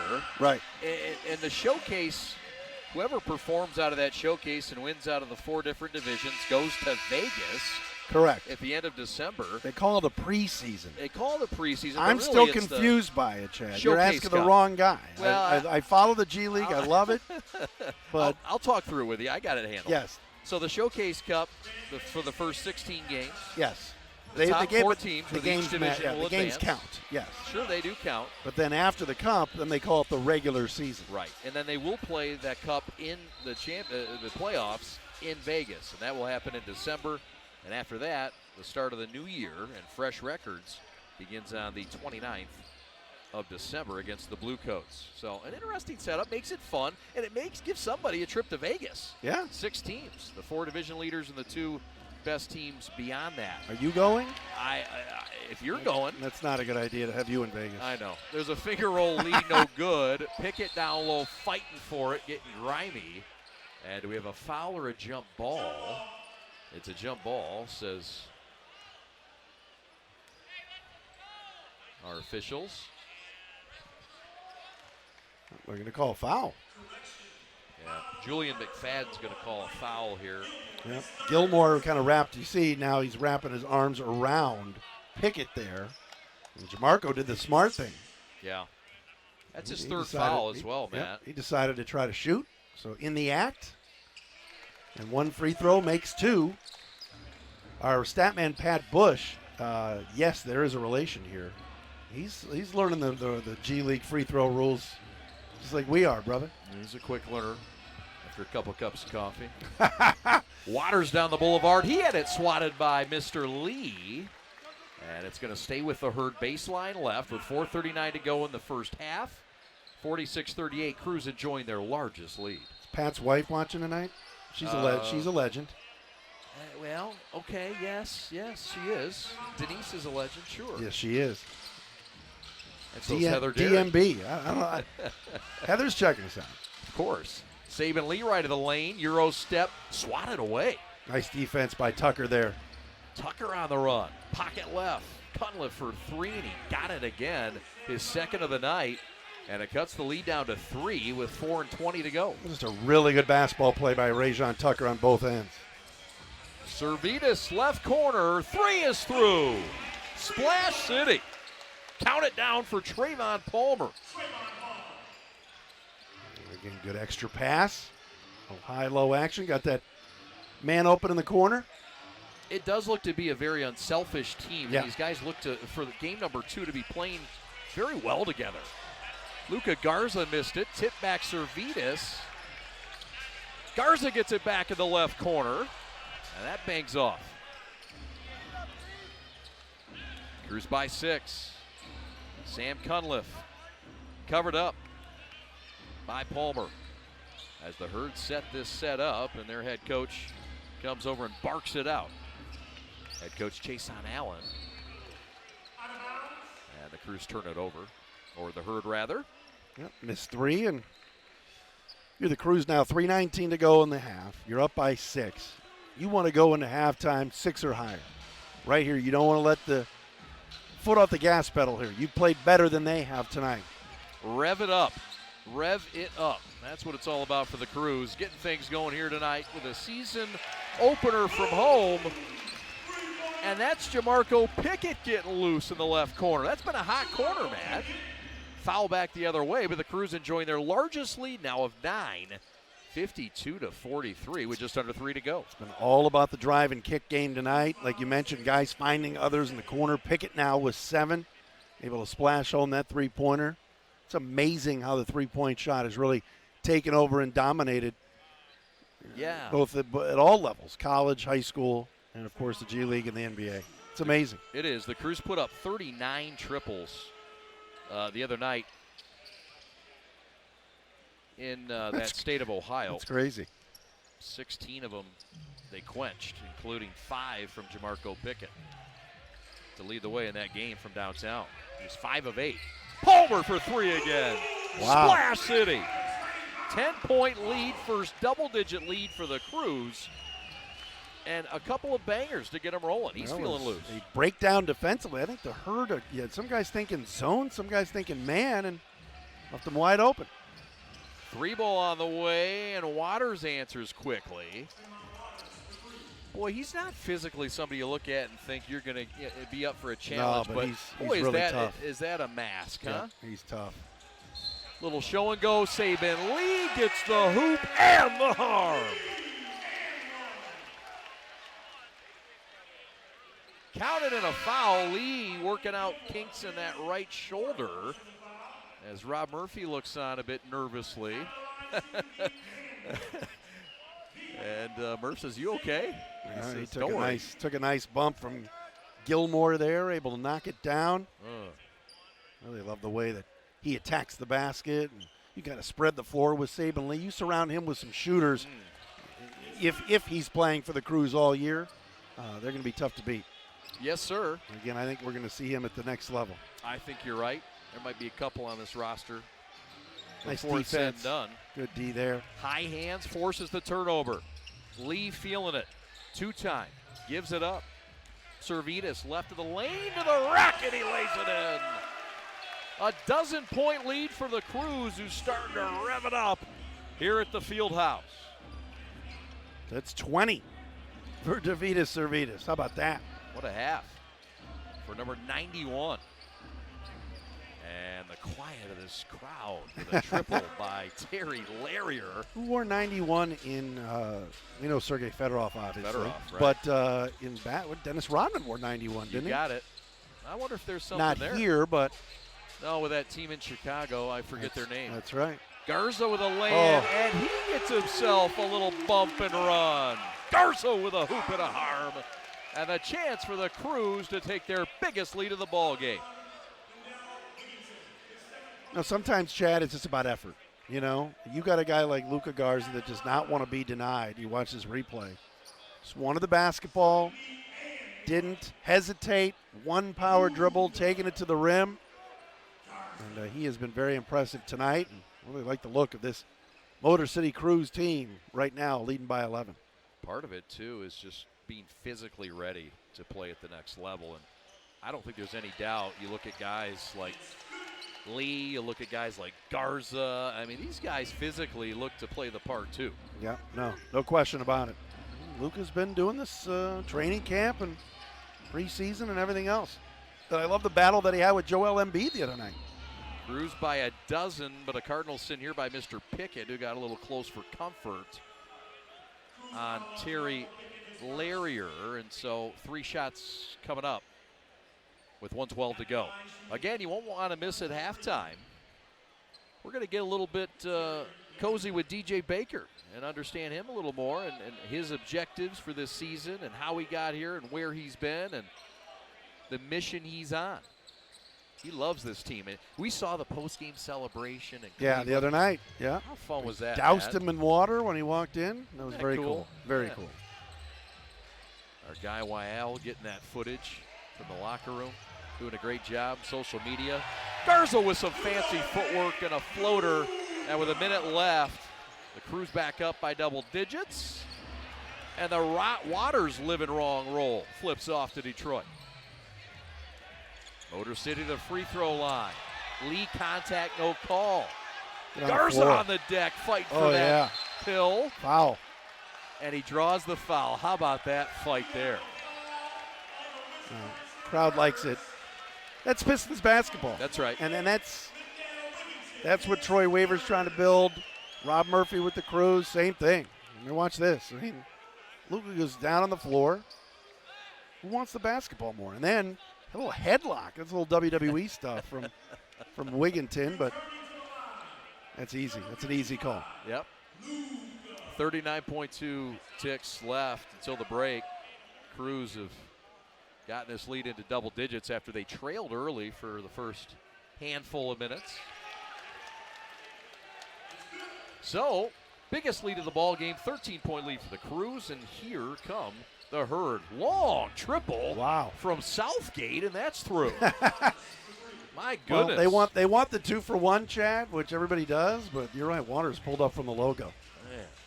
18 on the timer, 25 in the game clock. Lee pacing on the high left hash. That duo on the floor, this beautiful facility. Saban Lee rims out no. And with 10 ticks to go, shot clock dark, here comes Waters. Bird with the final shot. I'd run 2 guys at Waters right here. Run another guy at him. They've got length on him now. Long shot over Servetus, and Waters ends the half on a 6-0 run of his own. 67-60. After the 6-0 run by the Herd, Crew still up by a touchdown in Midtown Detroit. We'll take a timeout and come back with a head coach, DJ Baker, and our sit down with him yesterday. Hope you'll enjoy that. Thanks so much for the first half of basketball in Crew's history at home. They lead the Herd 67-60. We're back in a moment with DJ Baker. It's halftime for Midtown Detroit. Fan gear with unique designs by Fanatics, Nike, and all the latest styles for every NBA team, plus one-of-a-kind products and authentic collectibles. Shop now and get today's special offer. NBAstore.com, a Fanatics experience. We like to do it before we go out on the weekend. We do. We do it every week. Whether we need to or not. We did it today. It was really dirty. My parents do it every day. Hey, kiddo. Do it every day with the Unlimited Club only at Jack's Car Wash. Protect your car from the hot summer sun, dust, dirt, and contaminants all summer long with the Jack's Unlimited Club. Join today, starting at just $22.99 a month. Want more NBA action? Jump into League Pass and stream live games anywhere. Stream more dunks, more buzzer beaters, and more moments all season long on any device. Catch up with condensed games. Get interactive stats. And customize the play-by-play with local broadcasts. NBA League Pass brings the game to you. Subscribe today. Welcome inside the Wayne State Fieldhouse, the home of the Motor City Crews. We're here with head coach DJ Baker, getting to know him a little bit. He's been around the organization. You were with the Pistons as an assistant coach last year. Yep. You've been in the organization, but this new role as the head coach of the G League's Motor City Crews has to be an awesome feeling, and you were appointed earlier this year. Yeah, it's I still remember this is my 4th year in the Pistons organization, and I still remember early on talks of the excitement of trying to move the team from Grand Rapids to Detroit. And at that time, we still had the practice facility was still up north as well. So to be here going into year 4 and see the transformation of everything downtown Detroit is really exciting. You're a part of this organization, and you've been a part of the Dwayne Casey way. Yeah. And so that has to help getting the culture adapted, not only here in the Pistons as you have the last 4 years as an assistant, but now here with the Crews. You understand it, and you've known it for a long time. What is the Dwayne Casey way? Yeah, I mean, first and foremost, I'm so fortunate to just be, this is my 6th year with him. I was with him in 2 years in Toronto, and just kind of learning why he's been so successful his last 30-plus years of coaching. I would say he's proven to rebuild teams and develop young talent, and did it at a high level in Toronto, and obviously in the process of doing it right now. So just seeing his work habits, teaching the attention to detail to the young guys, the professionalism, right? Learning the game at there's always going to be that learning curve when they come into the game as rookies, but shortening the learning curve, teaching the fundamentals of the game, but just understanding the speed and the physicality of the game as well. So, as a head coach, player development, that's been your bag. That's what you've done. Now you're getting into game situations, and just talk about understanding those two differences, and as a head coach, how it all comes together for you here in year 1. How's that transition been, and meshing those two? Yeah, no, that's great. So I think player development in the G League, even when you're the head coach, is still first and foremost so important, just because they obviously have so many young players here that still need to develop. So I think that is why it was kind of a fit for myself, is it's still heavy on player development, but especially the last 3 years, I've helped Coach Casey a lot with the offense. So it's, I was able to get a good look of, helping implement different things and different, parts of our offense, concepts and style of play. So he gave me, the one thing about him over the last 6 years is he's allowed me to grow each and every year, and he's given me more and more responsibilities each and every year, from a scouting standpoint, from a teaching standpoint, from film sessions, whatever it might be. So he's the type of coach that will let you grow and develop. So if I was if it was a coach where he just pigeonholed you and you only can do one thing and that's all I want from you, it'd probably be, really difficult. But he's an incredible leader and allows the coaches under him to grow and develop. So I feel like he's prepared me for, running an offense and leading a team and, still honing in on the player development part of the game. So he's been great with that. With the offense, and that's obviously been a big part of what's been featured with Dwayne Casey and some of the things in his past. Yeah. Your offense has gotten off to a fast start this year. I know it's one game, but you get 140 points in game one. Are you seeing some of these offensive principles coming to life early? You must be excited for that output in game one and the victory on the road in Cleveland. Yeah, no, the guys were very unselfish. They played really hard, shared the ball, all things that we're encouraging them to do. The G League is so unique because it's not like the NBA where you've been working with them for the last 3 months, and then you start training camp. We had the draft on a Saturday, we had an opening team meeting on a Monday, and 12 days later we're playing our first game. So you have to really, there's a balance there of like not overloading them with information, but teaching them, the core fundamentals and the principles of the offense. So they've done an incredible job. We have some, Derek Walton and Saban Lee and Luka Garza, Jamarco Pickett, some of those guys that have either been in the pros or been with the Pistons program already. They set the tone of really expediting the learning process for the other guys that are new to the Motor City Cruise and the Detroit Pistons organization. So they've done a great job of getting everyone adjusted to that. What a core. And we saw the core on Saturday. I mean, you talked about it. Garza and Walton and Lee goes for 42. And, I mean, this seems to be a team that's been built with a purpose, and it's come together quickly. Do you expect this to kind of carry out throughout the year? One thing I've learned about the G League is just you got to be adaptable to roster assignment, and whether we have Pistons players be assigned to the Motor City Cruise or if they call somebody up as well. So I'd say just understanding from a big picture perspective of being adaptable. But I expect when those guys are all with us and we have them, like I expect them to lead. I expect them to show that, they are definitely future Pistons players, but right now they're in the process of, the developmental piece, right? And there's organizational support for them, as you could tell from the facilities that we're in. And so the support is there, and them coming down to get the in-game reps. Because right now, right, like if they sit on the bench for the Pistons, they don't get those 30 minutes of game reps. Sure. So coming here allows them to get the in-game reps. And then what I try to do is try to put them in position on offense and defense that mimic what they're going to see with the Pistons, and try to get them to be full-time rotational players for the Pistons. You talk about the digs. I mean, this is a new facility. How cool. Wayne State Fieldhouse. And you're going to play here tomorrow night. You haven't had a lot of time to adjust to this place, but so far, what do you think?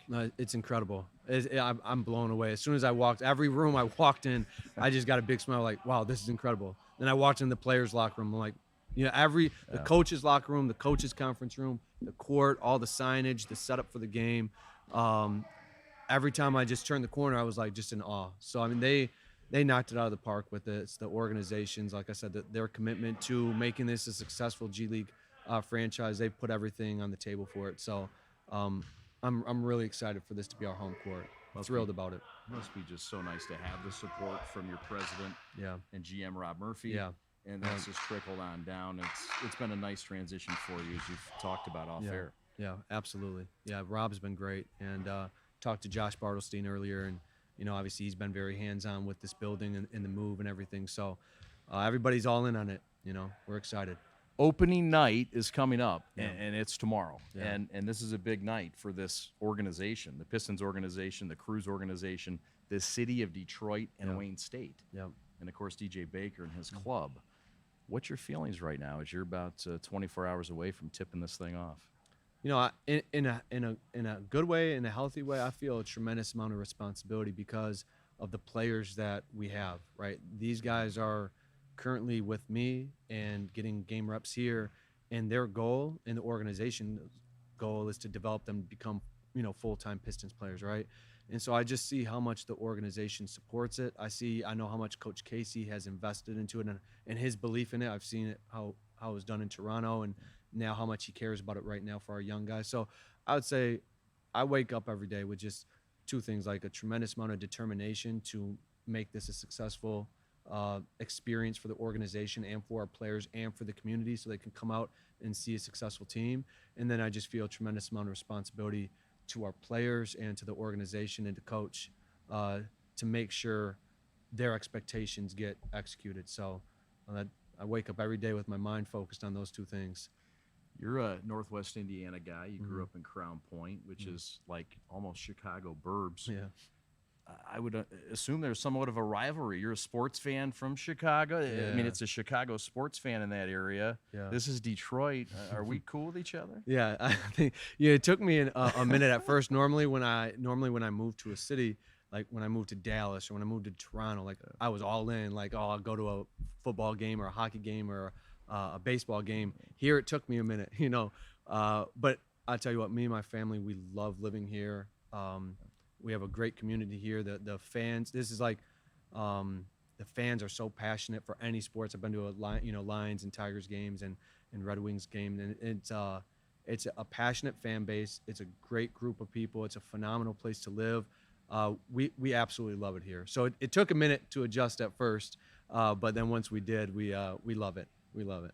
Welcome back to the Motor City. You've Yep. been here a while, but in a new position, the first seat of the bench. Yeah. We wish you all the best of luck this year, and we're happy to be next to you all along the way for 25 games. DJ, best of luck, and thanks for joining us. Thank you so much. We look forward to it. As DJ Baker, the head coach of the Motor City Cruise, as we get ready for Game 1 on Thursday night against the Milwaukee Hurt.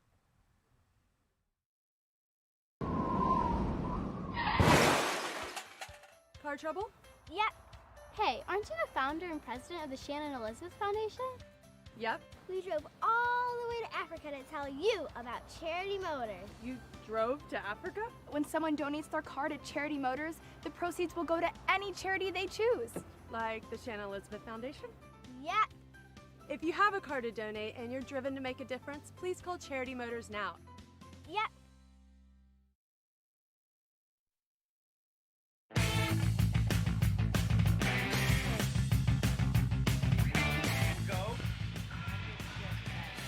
Cruising into the second half with a touchdown lead. Motor City 67, Milwaukee 60. Pardon me, it's Wisconsin, not Milwaukee. Chad Bush alongside Matt the Diesel Derry. Glad to be with you courtside here at Wayne State Fieldhouse. We're having some fun. Things got started. They're off and running. And they've got a 7-point lead, Matt. And there was some activity in the first half that saw a total of 127 points. Yeah, and it started with Davidas Servidis knocking down 4 3-pointers. Some of that stuff, Chad, coming from a drive and kick game with Saban Lee, who kind of just sets the tone for this basketball team when it comes to just stuff off the bounce, as you see in the first half. You just love the creativity. There's Saban drive and kick, and there's Davidas obviously getting free. The defense was there. Luka Garza with the weak side block. And then on the other end, Lee on the run, finding Luka for the slam, and then a little mean mug from number 55. And again, Saban Lee thinking about a three, stepping back, knocking it down on the mismatch against Wenyan Gabriel. You love seeing that. And then big-to-big passing on the interior, getting a slam for Jalen Johnson. So, tip out here, Servidis again. 4 triples in the first half. You let him set his feet, forget about it. And just some unselfish play. And then, of course, Saban Lee with the pilfer here. And then the drive and dunk. Really, this team is unselfish. They're athletic, sharing the basketball, and it's one of the reasons, like we talked about, that this Motor City Cruise team here at their home opener is leading by 7. How about this league, Matt? And this is a league that the commissioner's in the house tonight, and it's a big night for this league to have expansion teams. They're now up to 31 teams. What do you think now of the G League with the support the NBA has given it in this position they're in now? It's different than previous times, right? Yeah, and I did see Sharif Abdur-Rahim here tonight. Of course, Detroit connection with his younger brother Mo, former Grizzly Muhammad, who played for the U of D Titans, UDM Titans. So very, very cool for Sharif to be back in town, and it's great. If you remember when you and I were younger, the NBA had the CBA, which kind of helped feed some players to the NBA level, but not at this level now where you're getting new gyms like here at Wayne State where the crews can play.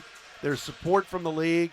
It's fantastic. And the marriage is great because, like you said, both teams, the Pistons and the Crews, can work out in the same place. So kudos to Adam Silver and Sharif Abdur-Rahim and everybody for this venture. It's great.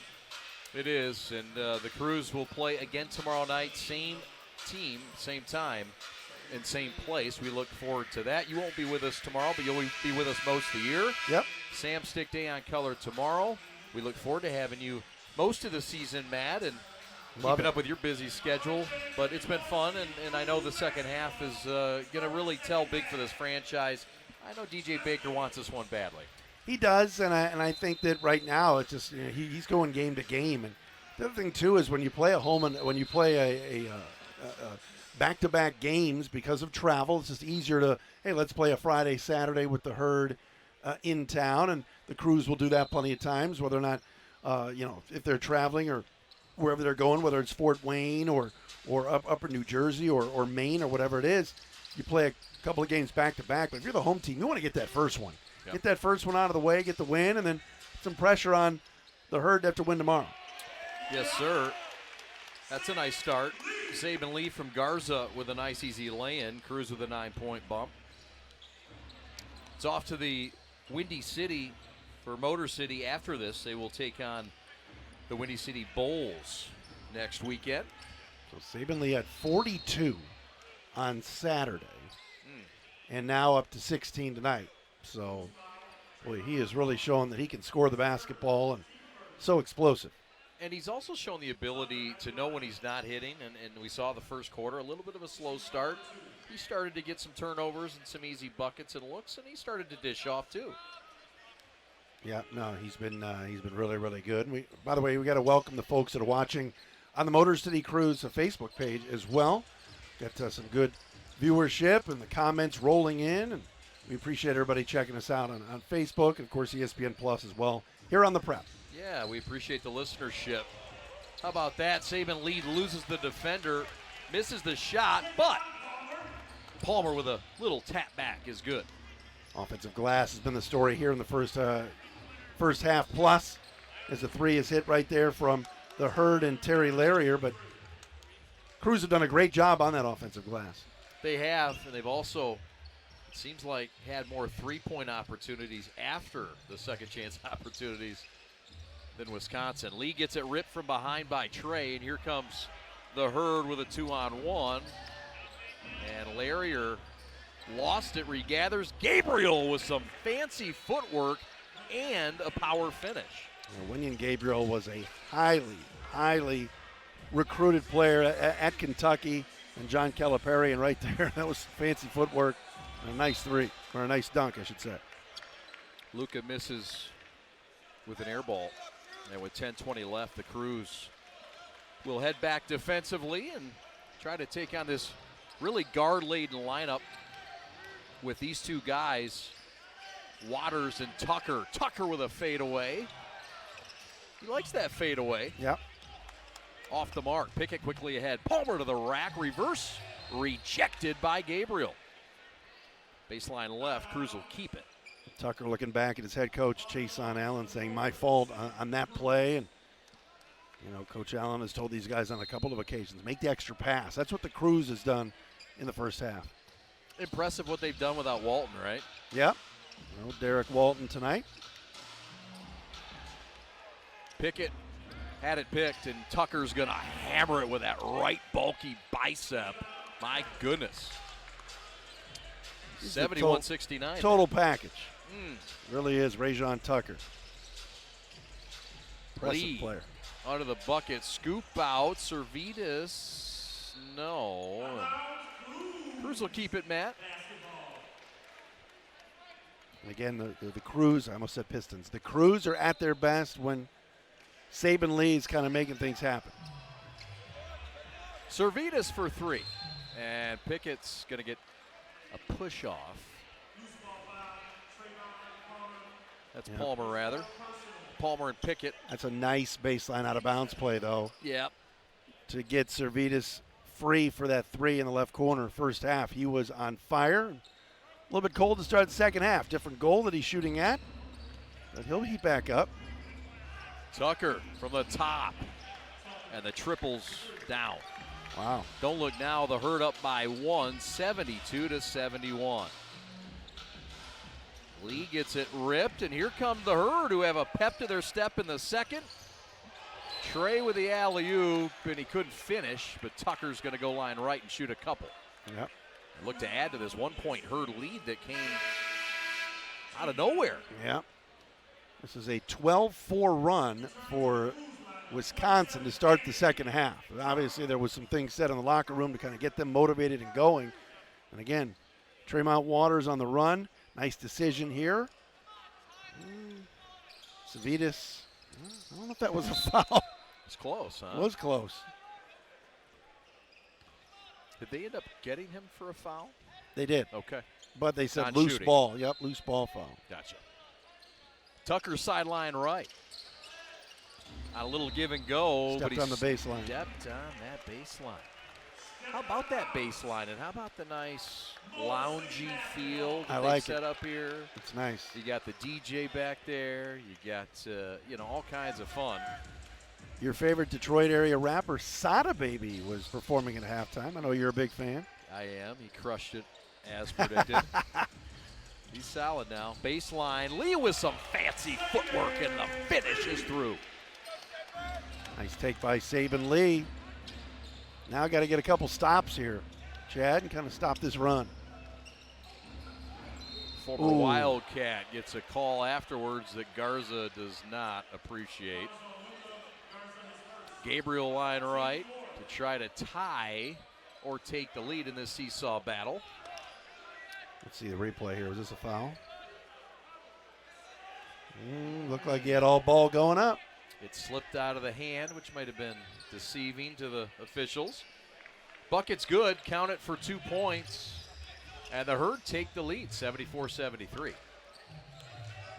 This is an interesting thing in decision for this one free throw that equals 2 points. Oh. Lee says one shot equals 2 points from 19 feet every time. They'll call it a 3. And the Crews regain the lead. My bad, 76-74, triple time.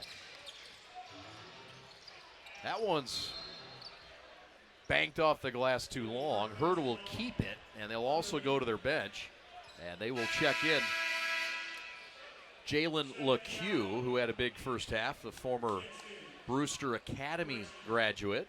He came straight out, did he not? I believe you're right. Yeah.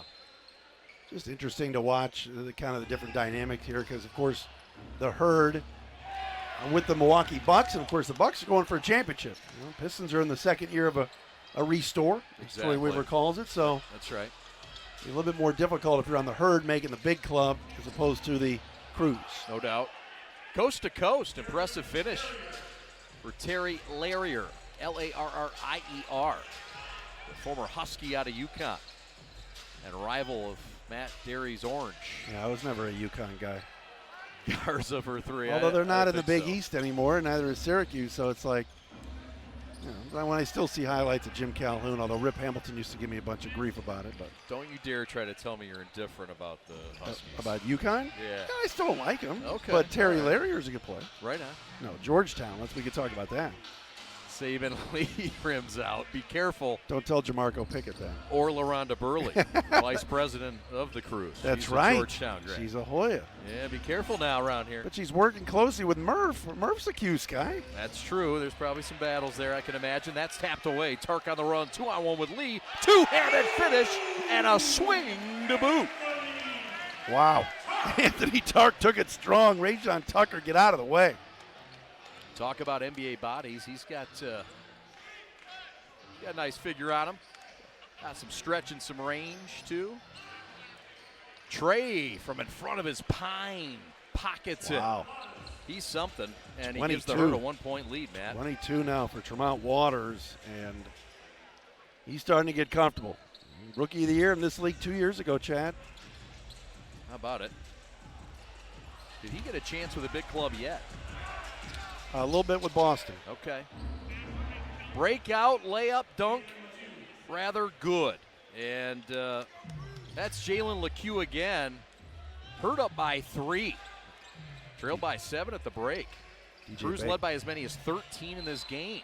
DJ Baker on that previous possession wanted a foul, didn't get it. And then the run out for the Herd. And DJ still working on the officials a little bit. He's going to stick up for his guys.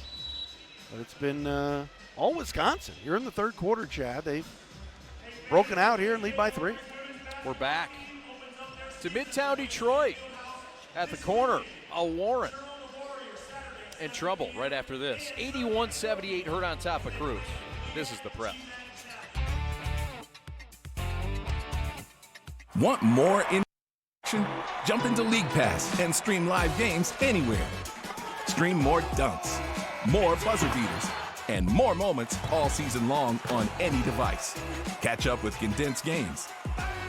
Get interactive stats. And customize the play-by-play with local broadcasts. NBA League Pass brings the game to you. Subscribe today.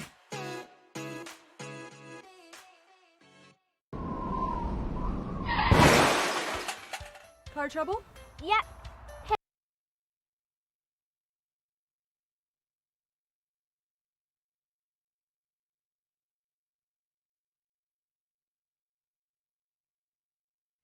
Welcome back to the Wayne State Fieldhouse. 81-78, the Herd over the Cruz. 6:12 to go. Chad Bush and Matt Derry with you from this brand new spanking facility that Wayne State, the Motor City Cruise, and the city of Detroit have put together the last couple years. And the final product's impressive, Matthew. It is. It's very, very impressive, and certainly this will help Wayne State in their recruiting. Their head coach, David Greer, has been around a long time, alongside his associate head coach, E.J. Harrelson, a couple of legends. Lorenzo Neely, if I may, yeah, as well. Legends with the Detroit Titans back in the day. And then to share the facility with the folks at the Motor City Cruise and the Pistons, this is a win-win. So get down here, folks, if you haven't had a chance to see it. Obviously you haven't. This is the first game, but hope to see you tomorrow night. We sure do. What a nice facility to watch a ball game in, and just everything's impressive. You walk in, and nice architecture you just can't explain. Yep. It's just right. First free throw's good. Second free throw's missed. But Jalen Johnson says, get through that hole, and he pounds it home. Wow, just poor box out there by the Herd, and a free two for the Cruise. They're going to get Servetus here with a body on Cunliffe. That's going to be his 4th foul, and DJ Baker might have to go get him with a Herd on top by 1 with 6:02 to go in the third. Let's see. The question is it 4 or 3? DJ Baker and his staff are trying to figure out if that's 4 or if that's his 3rd or 4th. The board has him for 3. Yeah. And you need Davidas Servetus on the floor in that 4th quarter. How bad do you feel for the official scorers here that have to watch every free throw and know if they're going to try a 2-point free throw it's tough. or a 1? Could you imagine that? Yeah, everybody's shooting 1 tonight, pretty much. Right. Diallo with a little dish, trying to play the little man game. He gets the return pass on the tip, but the shot's too tardy. It didn't matter anyway. Good defense by the Herd that time, and a couple of subs, and Servetus will come out of the game, and Jones will come back in. But as you see right now, the Herd controlling kind of things here in the third, leading by 3. They've come out and played much better and have taken care of the basketball here in the third quarter. Yes, they have. They've overcome a 13-point deficit at one point in the second quarter and a 7-point halftime deficit. Delorier back to Wigington, who gets bumped on his way to the boulevard, and he'll go line right and shoot 1 or 2. 83-80, Hurt on top. Do you like this rule with free throws? It's definitely different. Man, Wigington, this is what DJ told us before the game. Wigington, Waters, and Tucker off the bounce is a problem. Yeah. And you got to move your feet against this team. Yes, sir. And Wigington knocks it home. 85-80, Hurt up by 5. This matches their largest lead. Diallo to Smith in the corner. Jones to Tark, and he lays it in. Anthony Tark has played well tonight. He's been very aggressive taking the ball to the 10. Nice spin on that baseline. Tark with a couple buckets. Oh. Delorier had it rejected by the 6'2 Saban Lee. That 6'10 getting swatted by 6'2. Lee on the run. Down the lane. Oh, my goodness. The hammer went up, and the crowd oohed, and Rob Murphy again gets nervous across the way, seeing Saban Lee fall like that. You got to like the all-out effort by Saban Lee. He's not holding anything back. I mean, his attempt right there to try to go up and dunk it was unbelievable. We got to see that again. That Underrated was crazy. athlete, Matt. I mean, this is a guy that does more than just score. I mean, he's got some skill set that translate in a lot of different areas. High screen roll where he takes it with the head of steam down the right side of the lane with the right hand. Watch this. I mean, just look out. Look where he's taking off from. Yeah. He even had Gilmore thinking, whoa, wait a minute. Is he Right. really doing this over me? Incredible. Cuts it to 1. 85-84. Hurt on top and with it. Glad you're with us from Wayne State Fieldhouse in Detroit, Michigan, in the first game ever at home for the Motor City Cruise. A new franchise in this G League. Dead spot right, Larry or no. Second chance opportunity, no, and JJ says you're not going to get a third. Diallo clears way back to Saban. High on that left hash. He's got his man in the mid-post. Diallo, right-hand layup, good. How about that? Check Diallo. Again, this was a major recruit from Bill Self in Kansas years ago. I'm just trying to find a home, trying to find some consistency. But again, the Herd come right back down and score. LeCue attacks the 10, lays it in. Jalen Johnson from way out. Jalen Johnson from Ypsilanti, Michigan. That was a long shot. Went to Louisville. Yes, sir, it was. It was almost from Ypsi. Ball poked away. Diallo, some quick hands down there. Gabriel and Tucker will check in for the Herd. Delorier will check out along with LeCue. Great opportunity for some Wayne State students tonight that can work the game and mop up the floor, help out with game operations. It's a nice partnership, isn't it? Very cool. Wigington. He got fouled. And he is going to go line right and shoot 3. Jones doesn't like this call, Matt. Shaundry Jones with a foul, the 6-foot guard out of Richmond. Shot clock winding down. You want to defend. I get it.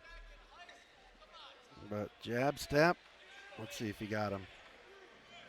Kind of jumped into him, a little Chauncey Billups style from back in the day. Yeah. Reggie Miller. That's right. Ball don't lie. That's sometimes. Right. 3-on-1. Tark with a left-hand slam that misses. Jones with a reset. It's a big missed free throw, Chad. That would have been worth 3. Yep. And he missed it. Jones around his screen. Dump down low to Johnson. Handles, gathers, lays it, reverse it. Good. And then a dance. A little boogie. That's funny. 88-87. Crews regain this lead with a few minutes left in the third. Off the hop, Wigington. Thought about the 3, thought better. Mid-post jumper, coughs out. Crews on the run, looking to rev it up. Diallo, the alley-oop a little too tall for Jones, from Jones rather. Nice play. But Diallo will eventually get rewarded with a hammer. Timeout, Wisconsin Herd. 3-point Cruise lead. They overcome the 5-point hole to come back to take the triple lead. Love the hustle here, and then the poke back. Jones kind of struggled with it at first and got it back, and then everybody down at the other end of the floor, and Diallo with the hammer, and the timeout called by Wisconsin. It's a pesky team.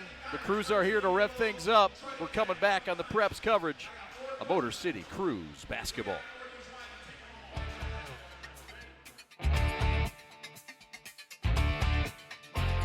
We like to do it before we go out on the weekend. We do.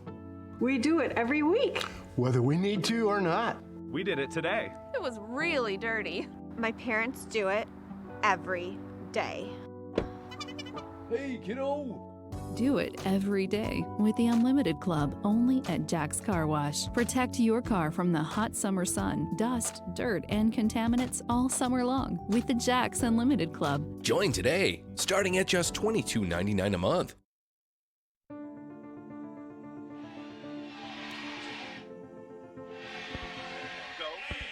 Crews 90, Herd 87. Chad Bush and Matt Derry back with you from Wayne State Fieldhouse. A big week for this franchise. Of course, a win on Saturday.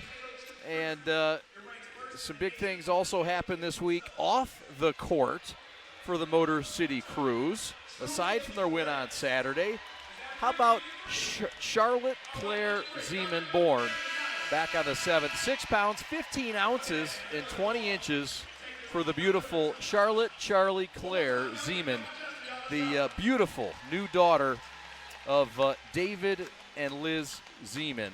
And congratulations to David's lovely wife, Liz, baby brother Eli, and the newest addition to the starting lineup, Charlie Zeman. David, the Senior Director of Corporate Partnerships, here with the Pistons and the Crews. Congratulations, brother. That's awesome. Yeah, great stuff. Fantastic. David's a really treat to work with, too. He's fun and fair and a good guy to have on your side in this organization. How's baby Frankie doing for you? Oh, she's hanging in. My niece. A lot of energy. That's right. Larrier with a deuce in front of Diallo with a hand in the grill. Doesn't matter. 1 point Crews lead still with 2 to go. It is on record that I came to your home to see Frankie when she was first born. Her first smile and giggle was when Uncle Matt came over. That is on record. You better get over soon. She may not remember you. I know. We got to get you over. You're too busy right now. Tucker the other way against Tark, and he hangs on that rim. He's got a vertical on him at 6'2". Really does. Man. He's been impressive tonight, Rajon Tucker. 13 points. He's been saddled with some foul issues tonight.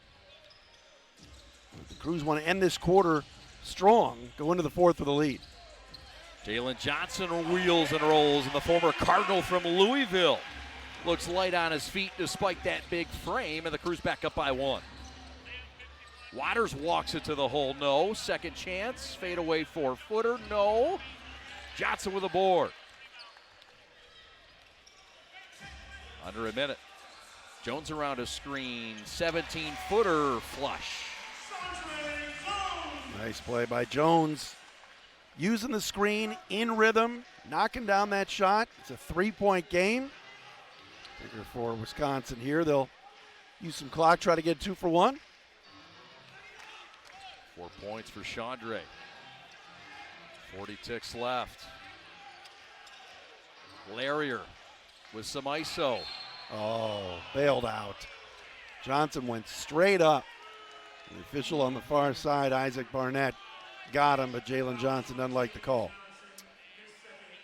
A couple shots coming up. No, tough there. A little ticky-tack maybe. The winding seconds of this third quarter. Cunliffe will check back in. This a foul? Yeah. In reality, yes. Yeah, he got him. He did get him get a little bit. A little poke down and then the hands back up. The lanky Larrier flushes. And the seesaw battle continues to go back and forth. Crews up by 1. 11-second differential in the shot clock and the game clock. Here comes Jones. Working with Johnson, a little two-man game, size differential. Diallo wants it down low, and the little guy wins out. A little bit quicker getting around Mr. JJ. And again, that's been the story of this third quarter. When the Crews have taken care of the basketball, Chad Bush, they've been just fine. The problem has been the turnovers of getting a little bit sloppy and giving Wisconsin an opportunity to not only get back in this game, but with a free throw make here, take a 1-point lead.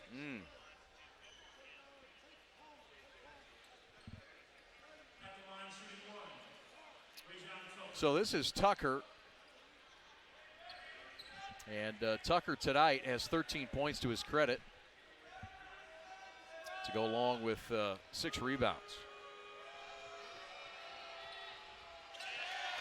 And he heels out. Well, take advantage. Saban Lee out of the game. Jones a little opportunity here to show off. Shot clock's off. 7 on the game clock. Jones with it. Out near the timeline, around a screen, and we've got a foul, and that is a block. That was close. With 3.4 seconds left. It's a third. It's a non-shooting foul. Ball out of bounds, sideline right. I thought they were going to get him for a charge. I did too. Foul first. That's right. He was, Waters got him first on the hack before he knocked down.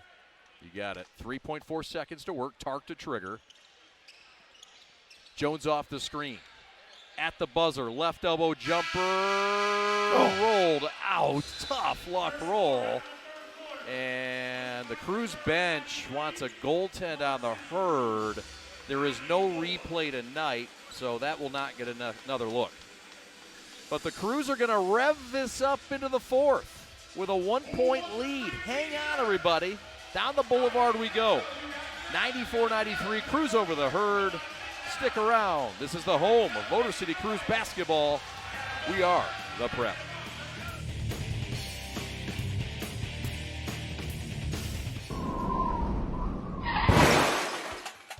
Car trouble? Yep.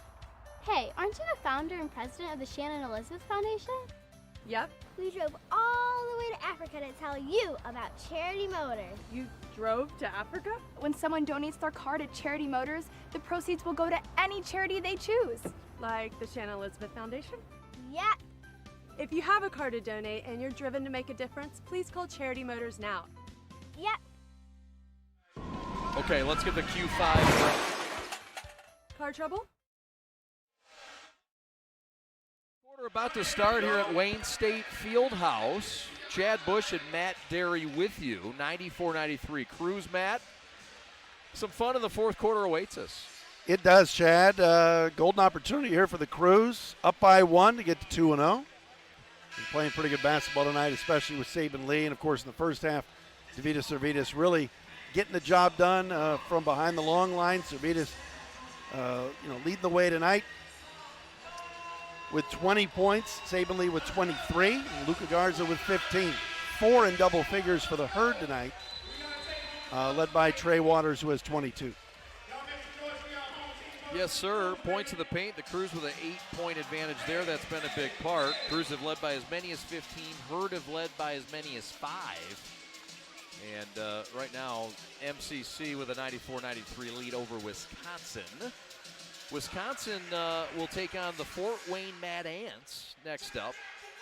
And that'll be next week, next Friday. So they got a nice week gap in their games. And, of course, the Motor City Crews will head to the Windy City. And their next contest is Turnovers, 17th. Chad, big issue. Yeah, Motor City Crews with 19 has cost them 23 points. Got to take care of the basketball. Yeah, that's a bad number.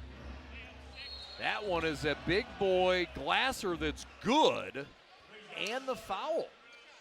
So the Herd regain the lead on the banker by Tucker.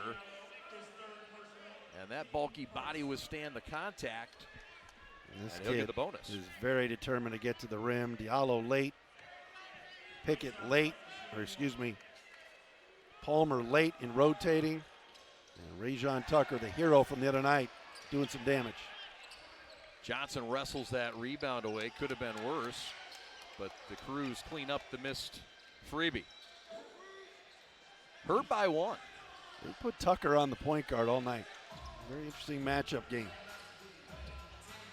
It is. He moves well, but that's a tough task. Johnson for 3.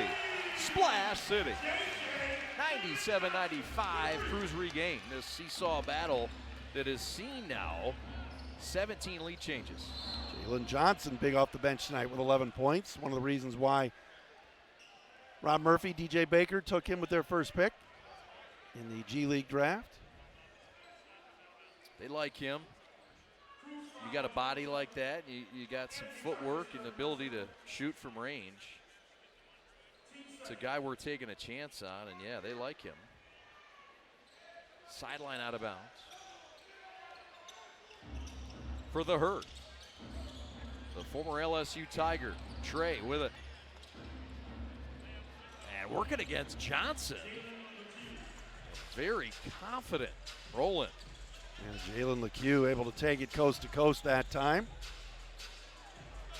Nice move. Jones circles back, slips, kept his feet somehow. Gets it off cleanly. That time. The pass. Gallo, great pass on the cut. Great recognition and a foul in the paint. Let me say something, Chad, about this second group.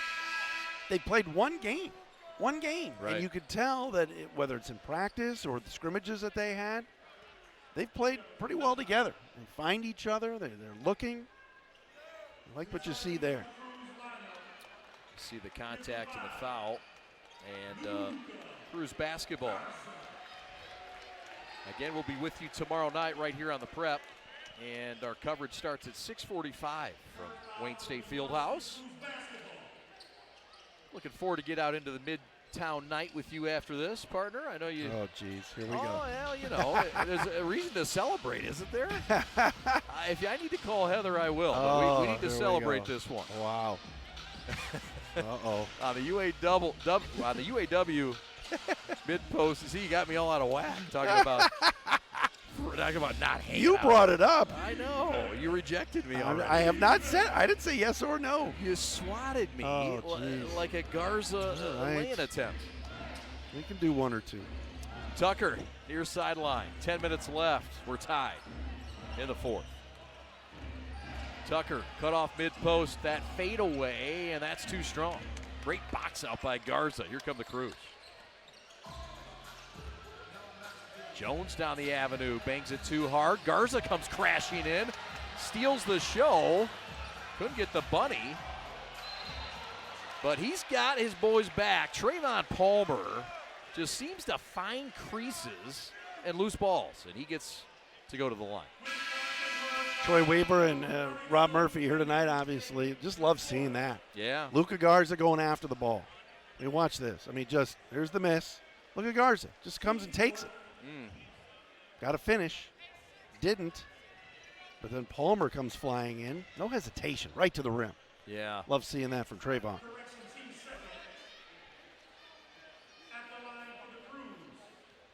I can't get over Aaron Smith. He sounds just like Mason. Does he not? He's got the impersonation down. He said he's been next to him for all these years and just kind of learning, absorbing. And yeah. I said, man, you sound, I hate to say it, here for the rehearsal. He announced it was like for the obvious. Stars. I had to look, I was like, is that John Mason? You're like, is Mason here tonight? But no. Love it. He's Very something. cool. Aaron does a great job. Wigington with a wild shot. Saban Lee back in with the ball. He's been out for a minute. Pickett working the right baseline. Scoop back pass. Stolen. And nothing there to stop Jalen LeCue, spelled L-E-C-Q-U-E. Don't look now, we're tied at 99 as Garza gets mugged going up. Won the no foul. call. Nope. Went strong. That was close. But they're letting them play all of a sudden. Let's see. Great play and move, and somebody got him across the arm. Wow, they let that one go. Pickett around a Garza screen. Pickett too strong with that push. The clear ahead. Tied at 99. Who gets to triple digits first? Foul down low, missed shot, but a foul on Garza. And that's going to be his 5th. Gabriel really working hard. We've seen that tonight really on both sides. Garza, Gabriel. These guys have had a nice battle on the interior. Couple of G's down there. Banging. Yep. Kind of a late whistle, but they got him going up. They got it right. And again, Wenyan Gabriel will shoot 1 free throw, makes it, goes down for 2 here in the G League. All right, I'm trying to follow that. I know. Keep reminding me, please. Yeah. These new rules, some of the differences. Well, Servetus back in the game. Hasn't scored here in the second half. Got to get him going. Pickett pops it from 18 with a man down for the Herd. And play is now going to get stopped. Yeah, Michael Gilmore took an elbow somewhere. He is slow to maneuver here. The training staff will come out and take a look at him. Timeout on the floor. Yep. Tied at 99. The final 8:26 from Wayne State Fieldhouse. Coming up right after this.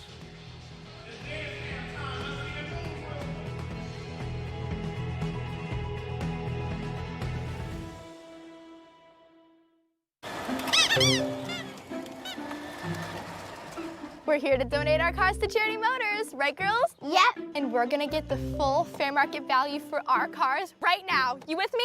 Yep. And they'll even take this junker. Yep. And we get to choose which charity the proceeds go to, right? Yep. And our car goes to someone in need, right girls? Yep. I'd like mine to go to Mr. Buckles here.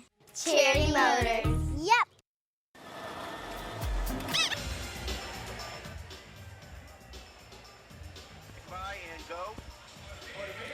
Tonight's Motor City Cruise broadcast here on the Prep, brought to you by our friends at the Q5 Experience. Transformation through value creation. Attention business owners, are you looking to sell your business? Are you wanting to build transferable value and you're not sure who to talk to? Give the folks at the Q5 Experience a phone call. 482-3600, or go to the website at q5experience.com. Again, value builders. Folks that will help you with the personal and professional side, I should say the personal side of your business, as well as the financial and the business. Nobody does it like the Q5 Experience. For more information, go to q5experience.com. Thank you, Matt Derry. Chad Bush with you courtside, 8:26 to go. Alex Westfall is your executive producer. We've got a fine staff here for you tonight. Glad to bring you Cruise basketball. Alex Westfall, your executive producer. Art Smith, assistant producer, along with Brian Bolesky, Chase Kaufman, Jamie Janssen. Now then, 8:15 to go. Right corner, top side. Larrier for 3. No. And a second chance opportunity again. Wigington for 3. No. Third chance taken away by Tark. Anthony Tark earning some valuable minutes here down the stretch. He's played well tonight. That time stealing away the rebound. Lee with a rock. Top side. Dead spot left. Triple by the lefty. Hot hand. No. And we're still tied at 99. We've been stuck on 99 for like ever. Yeah. Wigington with a left elbow lean in. No. Got his own miss. And Garza says, get out of my paint. Tark on the run the other way. And the Euro step is knocked away, and he touched it last. Yes, he did. It's a tough pill to swallow for the Crews. It's crazy. We've seen so much offense tonight. I was thinking about 5-6 minutes ago saying first team to 130. Right. And now there's a lid on the rim. Nice play by Cunliffe to get back, and Tark just kind of lost his footing. That's a good call off of him. The guys in white will take it over. BJ Baker's guys have revved up the defense in this fourth quarter. 17 lead changes. Cunliffe for 3 again. Get out of here. 102 to 99 with a man in his face, and with 7 minutes left, the Herd by 3. 3 for 3 from 3 is Sam Cunliffe, earning more minutes the way he's played. The spin by Lee, the 16-footer right corner's no good. Got to get back. LeCue with La layup with no problem. And the Herd just like that up 5. Fast-paced game and stepping on that sideline. Before the triple was Jamarco Pickett. And the former Hoya flips it over. Oh, man. And the Herd with a lot of momentum right now with 6:41 left here in Detroit, Michigan. He's not had a great night, Jamarco Pickett shooting at 1 for 7. That time, the best-looking shot he's taken tonight. Knocked it down, but he was out of bounds. Cunliffe gives it up. Cross-court pass. Triple is canned. And DJ Baker's seen enough in Midtown Detroit. Timeout Crews. We'll take it with them. The Herd by 8 with 6:25 to go. Don't you dare go anywhere. This is the Prep.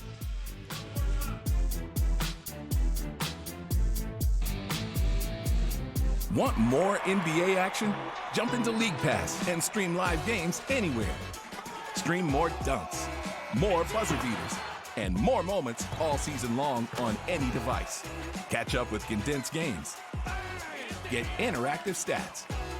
And customize the play-by-play with local broadcasts. NBA League Pass brings the game to you. Subscribe today. Want more NBA to do it before action? we go out on the weekend. We do. We do it every week. Whether we need to or not. We did it today. It was really dirty. My parents do it every day.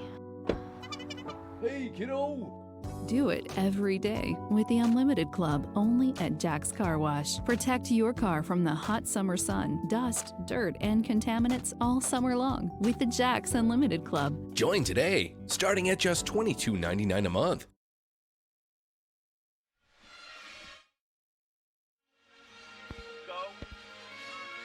Take a look at this Herd drive and the lay-in and this momentum shifting a bit. Matt Derry, as the Herd have their largest lead now of 8 points with 6:25 left. They've been real aggressive here to start the fourth chat. A 14-5 run to begin the period for Wisconsin.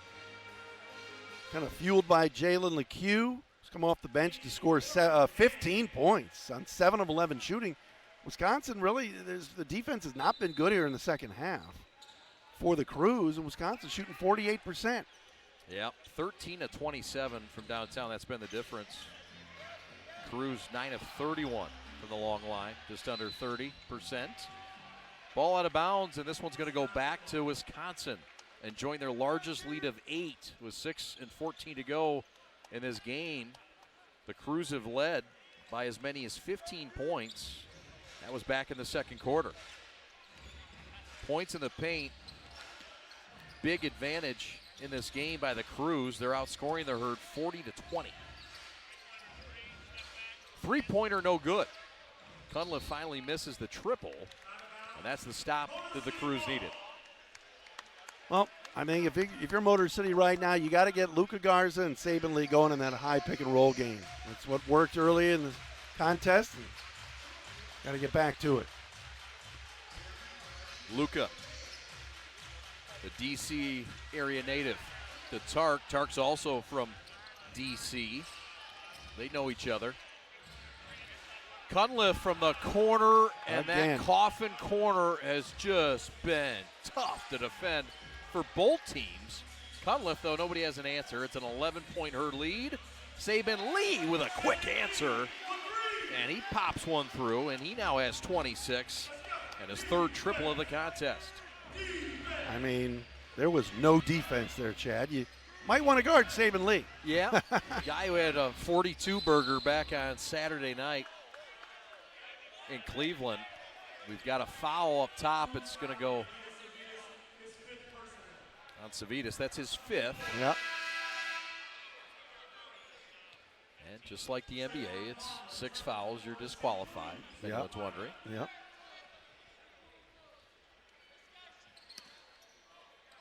There are several other differences which we'll get into. The fans behind us are in mid-season form working on the refs. This is only the first home game. Get ready for it. Oh, man. Is that Mark back there? Might be. Fade away from the free throw line. That 16-footer's off. Here comes Servetus. Convocation center mark. Oh, yes. 8-point deficit. There you Garza go. posting up right block. And no contest there. But see, forcing a that's, foul. Chad, I'm sorry, that's the mismatch you get. Yep. You run high ball screens and screen roll action at the top of the circle, and then Garza, because he's in such great shape and moves so well, is able to repost down low, and you had a small guarding him, and got to take advantage of that. And they went right to him. Yes, sir. Substitutions. Wigington will check out along with LeCue. And Trey Waters back in. There he is. Saban lead for 3 again. And that lead's been chopped in half. It's now a 5-point game. That's Here comes the Crews. 71 points in 2 games for Saban Lee. My goodness. Give him 29 for the contest. Tucker Walk. traveled 3 times, and he Thank finally you. got called. Woo-wee. How about the sticky hands and the pesky defense in the paint? And Ben Wallace, former Defensive Player of the Year for the Pistons, appreciates that effort. Yes, he does. Sitting right across from us. Yes, he is. Looks good. But again, here's that pick and pop, screen roll action. Garza, brush screen on Waters. No one comes over. It's Saban Lee a 3 again here if they can. Top scorer in the G League, heating up. Garza in the left block. Back out to Saban. 8 on the clock. Now to Garza. 2-man game. In the paint. Right hand off the glass and good. Luka with a luscious move. And the Crews have cut it to 3. 17 for the big fella, down to 3. Timeout. Wisconsin. We'll take it with them. But Matt Derry, this crowd really coming to life. They're sensing some momentum change, and the Reverend continues to rock here in Motown. Love the 2-man game between these 2 guys, Saban Lee and Luka Garza. We're back on the prep in a moment.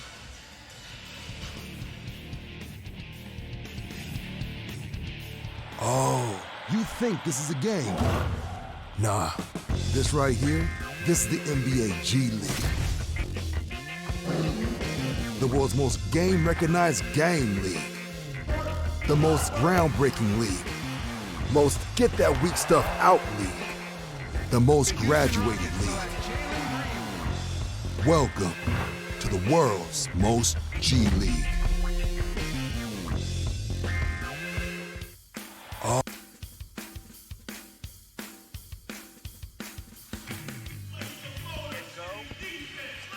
Wisconsin clinging to a 3-point lead. They led by 11 a moment ago. But the Motor City Crews coming back with a couple haymakers. Trey Waters, free throw line, no, but a whistle before the shot. We're going to get a off-the-ball foul on Motor City. It's going to go on Saban Lee, and that is his 4th.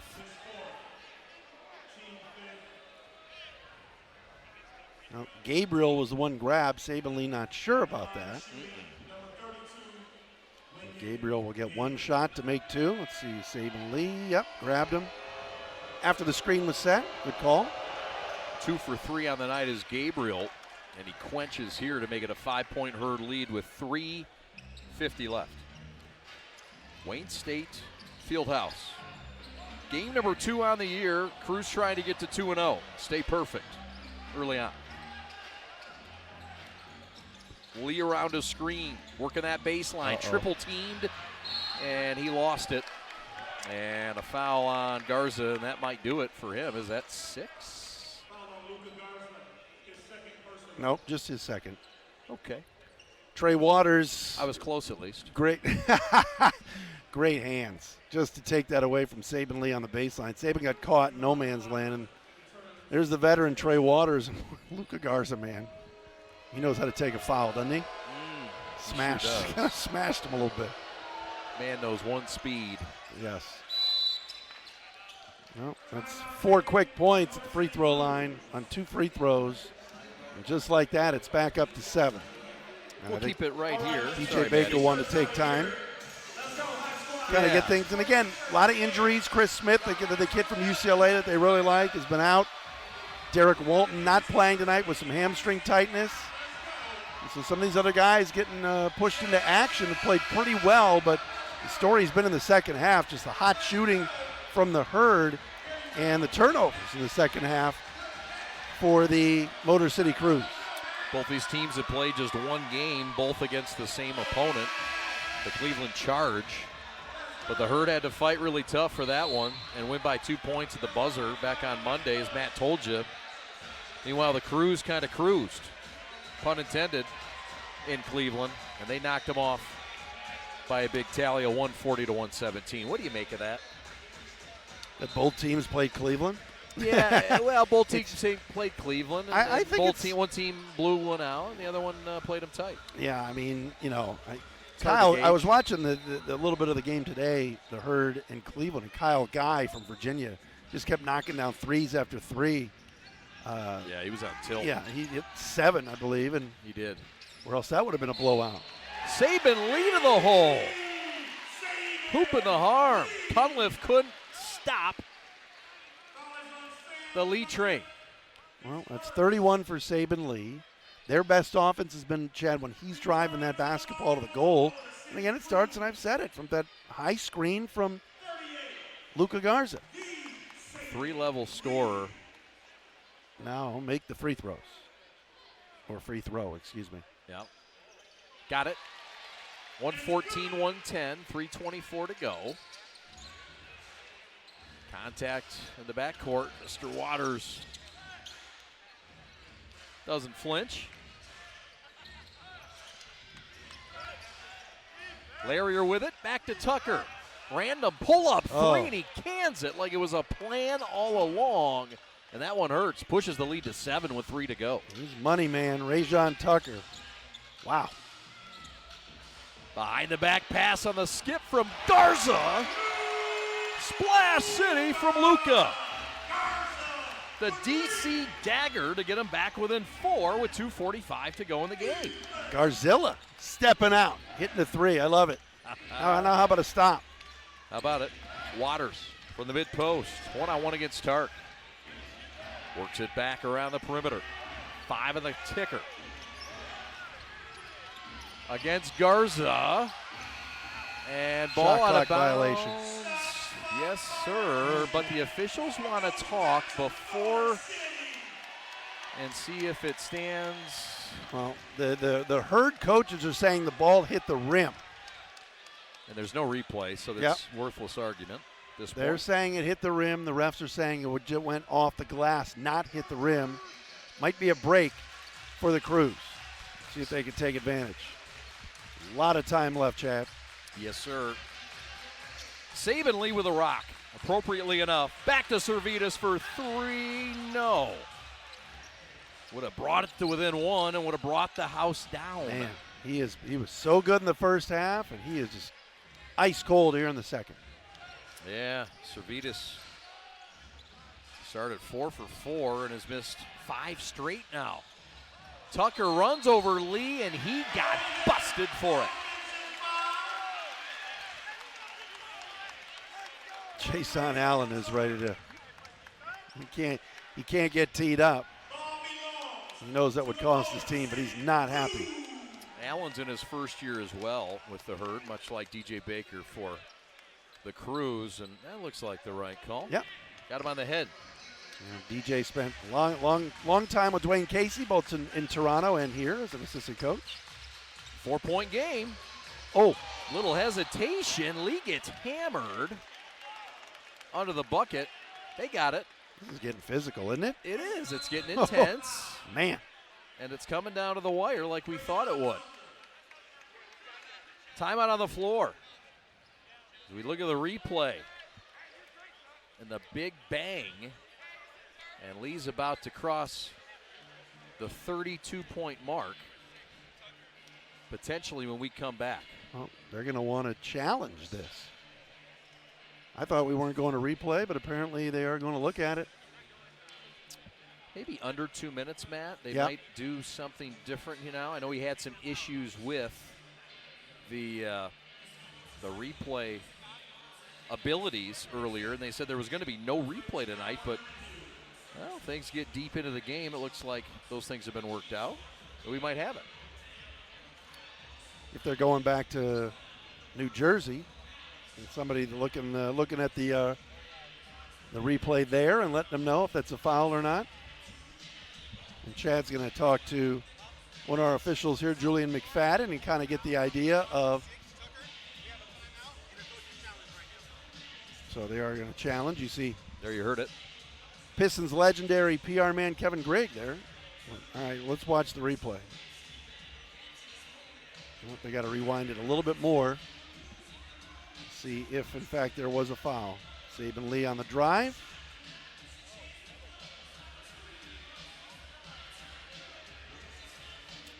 Yeah, of course that's a foul. It's a foul. There's no doubt. It's not even close. They're trying to see if it was a flagrant. No, I think Milwaukee challenged that he was jumping foul. Straight up. Gotcha. But Wisconsin, but yeah, that's not verticality or whatever. That's a foul. Right. So 1:41 left. The Herd up by 4, and the replay trying to show after the challenge that Wisconsin had that there was no foul here, and we see that a little bit differently. I mean, you could have called it on either guy. Got him with a little body, I think, underneath. Yeah. Here comes the official call. To me, it looked like it was a foul on either Tucker or Gabriel, to be quite honest. We await the official call. Either way, it looks like Detroit is headed to the free throw line.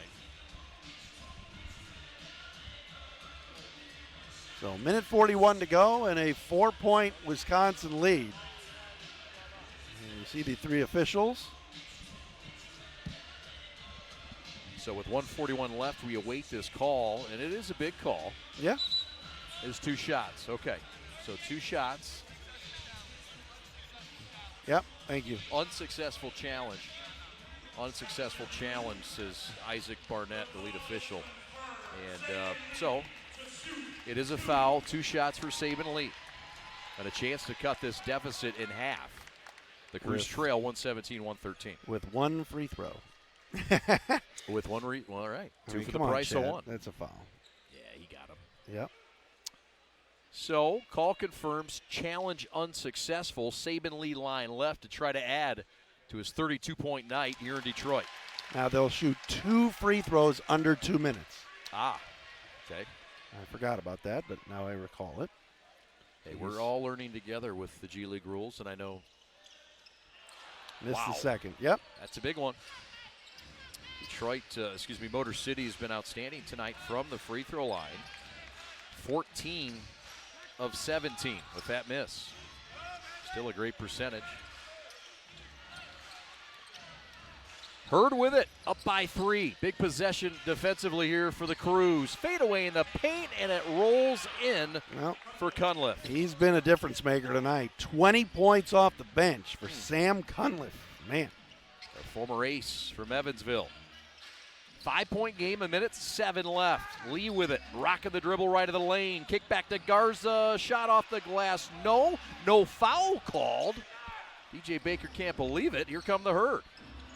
Under a minute. Wisconsin using some clock here. This is a must-stop possession for Motor City. 9 of the shot clock. Tucker's drive, wanted the foul, didn't get it. He's slow to get back. The Crew's going to push. Servetus covered up quickly. And Tark traveled. Nope, timeout. I don't know. I think DJ Baker wanted a timeout. He called it. He could at sense the right time. Yeah. Well, Saban Lee and Garza were just winded coming back, and he wants those guys in the action here. So a good timeout from DJ right there. We're coming back with a final 37.8 seconds from beautiful Wayne State Fieldhouse. Now let's keep it right here. I apologize. We had a 30-second timeout. My bad there. We're not going anywhere. We're sticking around for this as the towels are up and waving. And this sellout crowd getting fired up. And they should. It's a 5-point game, Matt. But, hey, look, that's forever in the G League and the NBA. That stays consistent. And with the ability to score with the players Detroit has, this is fun final 40 seconds here. Yep, I think they wanted to get everybody in position. They bring in Trayvon Palmer back into the game. Watch for Servetus. He's due. He's due. They can find him in the corner. 4 for 4 to start from downtown for Servetus, and has missed his next 5 triple attempts. Palmer with it. He'll attack, and he lost it. Oh, man, just lost it, Matt. And the Herd into the front court. And Waters trying to get fouled. Servetus trying to get him. Cunliffe's going to take it from the corner. Wow. Missed the shot. Out of bounds off of the Cruise. Oh, boy. They're going to give it to Motor City. Yeah, Herd wanted a challenge, and I don't think they have a challenge. Wow, that was close. Timeout Cruise, we'll take it with them. 18.8 seconds left. 5-point Herd lead. Whose ball is it? We'll find out when we come back to Midtown Detroit. You're watching the Preps coverage of Motor City Cruise basketball. Want more NBA action? Jump into League Pass and stream live games anywhere. Stream more dunks, more buzzer beaters, and more moments all season long on any device. Catch up with condensed games. Get interactive stats. And customize the play-by-play with local broadcasts. NBA League Pass brings the game to you. Subscribe today. Want more?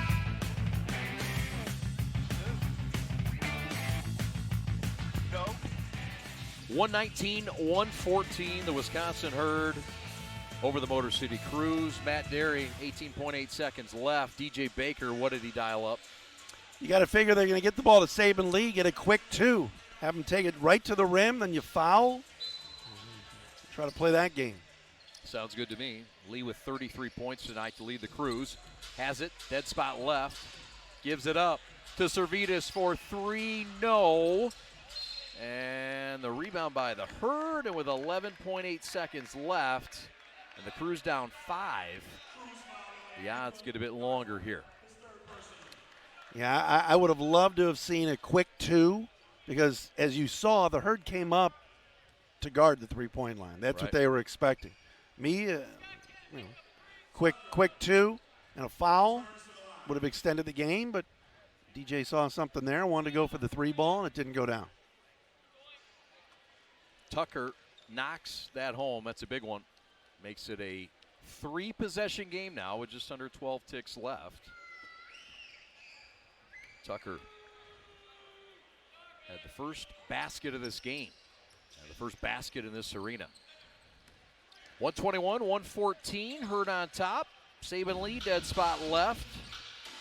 Triple try, no. Garza stick back, no, but he'll get 2 free throws coming up. With 3.8 seconds left. Sorry, Matt. You love to see the effort of Luka Garza, regardless of what the score is, how much time is left. Went after that basketball like it was the second quarter. Can't teach the effort, and certainly in a game like this where at this point of the juncture it's out of reach. Speaks to his character. Totally. Yeah. Speaks to the way that DJ Baker is coaching this team. It's a cohesive unit already, Baker says, despite not having so much time. Garza knocks them both down. 121-116, 3 seconds left. DJ Baker calls off the Dogs. And game 1 in Wayne State Fieldhouse, and the first home game ever for the Motor City Cruise, goes to the way of the Wisconsin Herd, who have come from behind and once trailed by 15 points in the second quarter to win this game 121-116. We're coming back with a post game right after this from Wayne State Fieldhouse. Your final score, the Herd 121, the Cruise 116. NBAstore.com, the official online store of the NBA, and the world's largest selection of officially licensed NBA fan gear. With unique designs by Fanatics, Nike, and all the latest styles for every NBA team, plus one-of-a-kind products and authentic collectibles. Shop now and get today's special offer. NBAstore.com, a Fanatics experience. NBAstore.com, the official online store out on the of weekend. NBA. We do. And the We world's do it largest every week. selection of official Whether we need to or not. We did it today. It was really dirty. My parents do it every. We like to do it before we go out on the weekend. We do. We do it every week. Whether we need to or not. We did it today. It was really dirty. My parents do it every day. Hey, kiddo. Do it every day with the Unlimited Club only at Jack's Car Wash. Protect your car from the hot summer sun, dust, dirt, and contaminants all summer long with the Jack's Unlimited Club. Join today, starting at just $22.99 a month.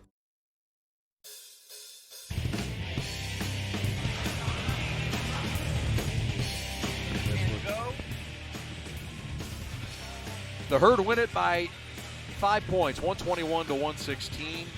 Matt Derry and Chad Bush with you from the Wayne State Fieldhouse. Look, this was a great night, and it doesn't take away from what was put in place here tonight, Matt, and this organization, this expansion franchise, in this Fieldhouse, very impressive. The halftime show, the presentation.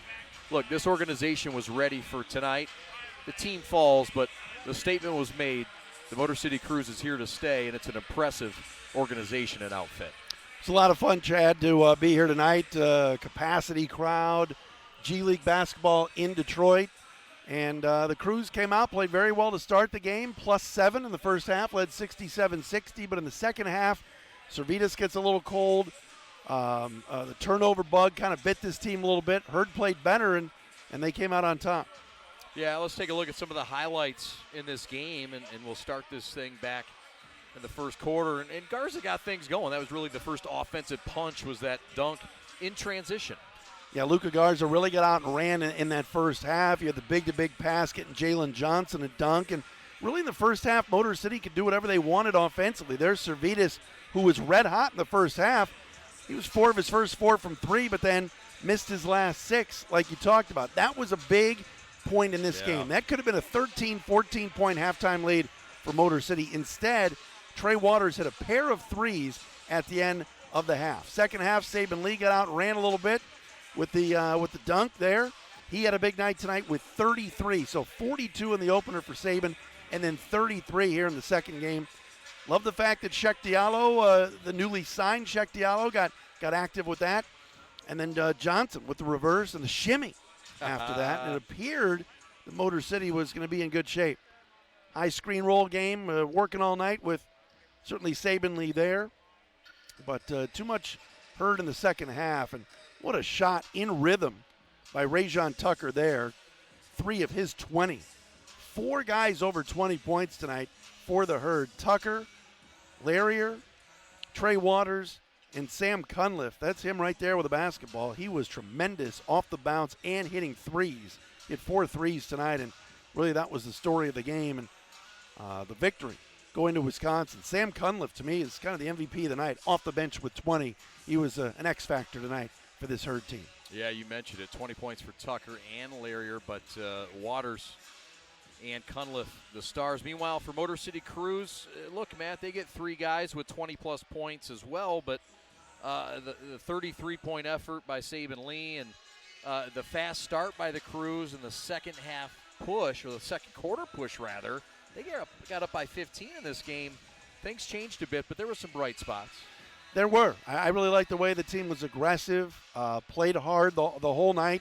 I thought defensively they could be better. Certainly they gave up 47% shooting tonight from the Herd. The 23 turnovers is what DJ Baker will circle and be really bummed out about. But think about it. Wisconsin came out and said, we're not guarding anybody in the first half. Gave up 67. And then in the second half, 49. Yeah. So their defense really picked up in the final 2 stanzas. Yep, 3-point shooting, the big difference. The Herd, 15 of 31, 48%. Meanwhile, Motor City Cruise, 12 of 37 from the long line. Cruise with an impressive free throw line stat, 16 of 19. They continue to be the best free throw shooting team in the G League. And a lot of things to talk about and like, including Saban Lee, 75 points in his first 2 games with the Crews, Matt. But, hey, the good news is that there's a game tomorrow night. And much like a baseball game and a back-to-back, basketball is sort of the same way. Yep. When you get to play the same team back-to-back, you get that in the G League, and the Crews will get that tomorrow night. They will. They'll get an opportunity to get right back at it and get to 2-1. But right now, kind of licking their wounds a little bit. You love the effort that Saban Lee gave with 33, and certainly Luka Garza with 22. I don't think Servetus and Pickett will struggle like this again tomorrow. No, you don't. We'll take a quick timeout. We're coming back to put a bow on the show in Midtown Detroit right after this. A loss tonight for the Crews to the Herd, 121-16, but a statement. This franchise is here to stay. We're going to have a lot of fun with them this year here on the Prep. We're back after this. More NBA action? Jump into League Pass and stream live games anywhere. Stream more dunks, more buzzer beaters, and more moments all season long on any device. Catch up with condensed games. Get interactive stats. And customize the play-by-play with local broadcasts. NBA League Pass brings the game to you. Subscribe today. What? Car trouble? Yep. Hey, aren't you the founder and president of the Shannon Elizabeth Foundation? Yep. We drove all the way to Africa to tell you about Charity Motors. You drove to Africa? When someone donates their car to Charity Motors, the proceeds will go to any charity they choose. Like the Shannon Elizabeth Foundation? Yep. If you have a car to donate and you're driven to make a difference, please call Charity Motors now. Yep.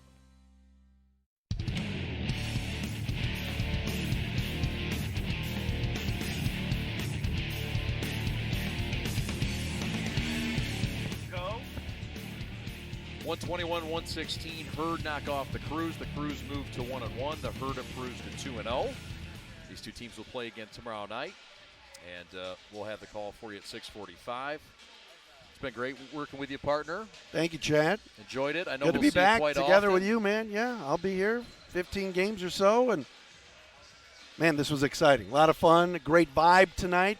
Shout out to the Pistons, certainly the folks at Wayne State and the Crews as well. It was a good time had by all, and unfortunately not the result they wanted, but you saw some things tonight that you liked. Sure do. Want to thank our fine crew for putting this all together. Brian Bolesky, our audio engineer. Chase Kaufman on instant replay. James Ferris on graphics. Art Smith, your assistant producer tonight. Alex Westfall is your executive producer, running the dials back at the PPC. Craig Patterson on press row, on utility, doing a great job CP, tonight. good to work with Craig again. Yep, and PB next to him, Pat Bush on stats. Our camera crew doing serious, sick work tonight. Zach Russell, Brandon Nager, and Kyle Buchanan leading our crew to victory on camera. My partner, Matt Derry, on color commentary, killing it as usual. And my name is Chad Bush. It's been a pleasure and an honor, and it's time to say goodnight from Midtown Detroit. Once again, your final score, the Herd 121, the Crews 116. We're coming back at you tomorrow night at 6:45 right here on the Prep for the Crews and the Herd 2.0. Thanks a lot, everybody. Thanks for watching. So long. Good night.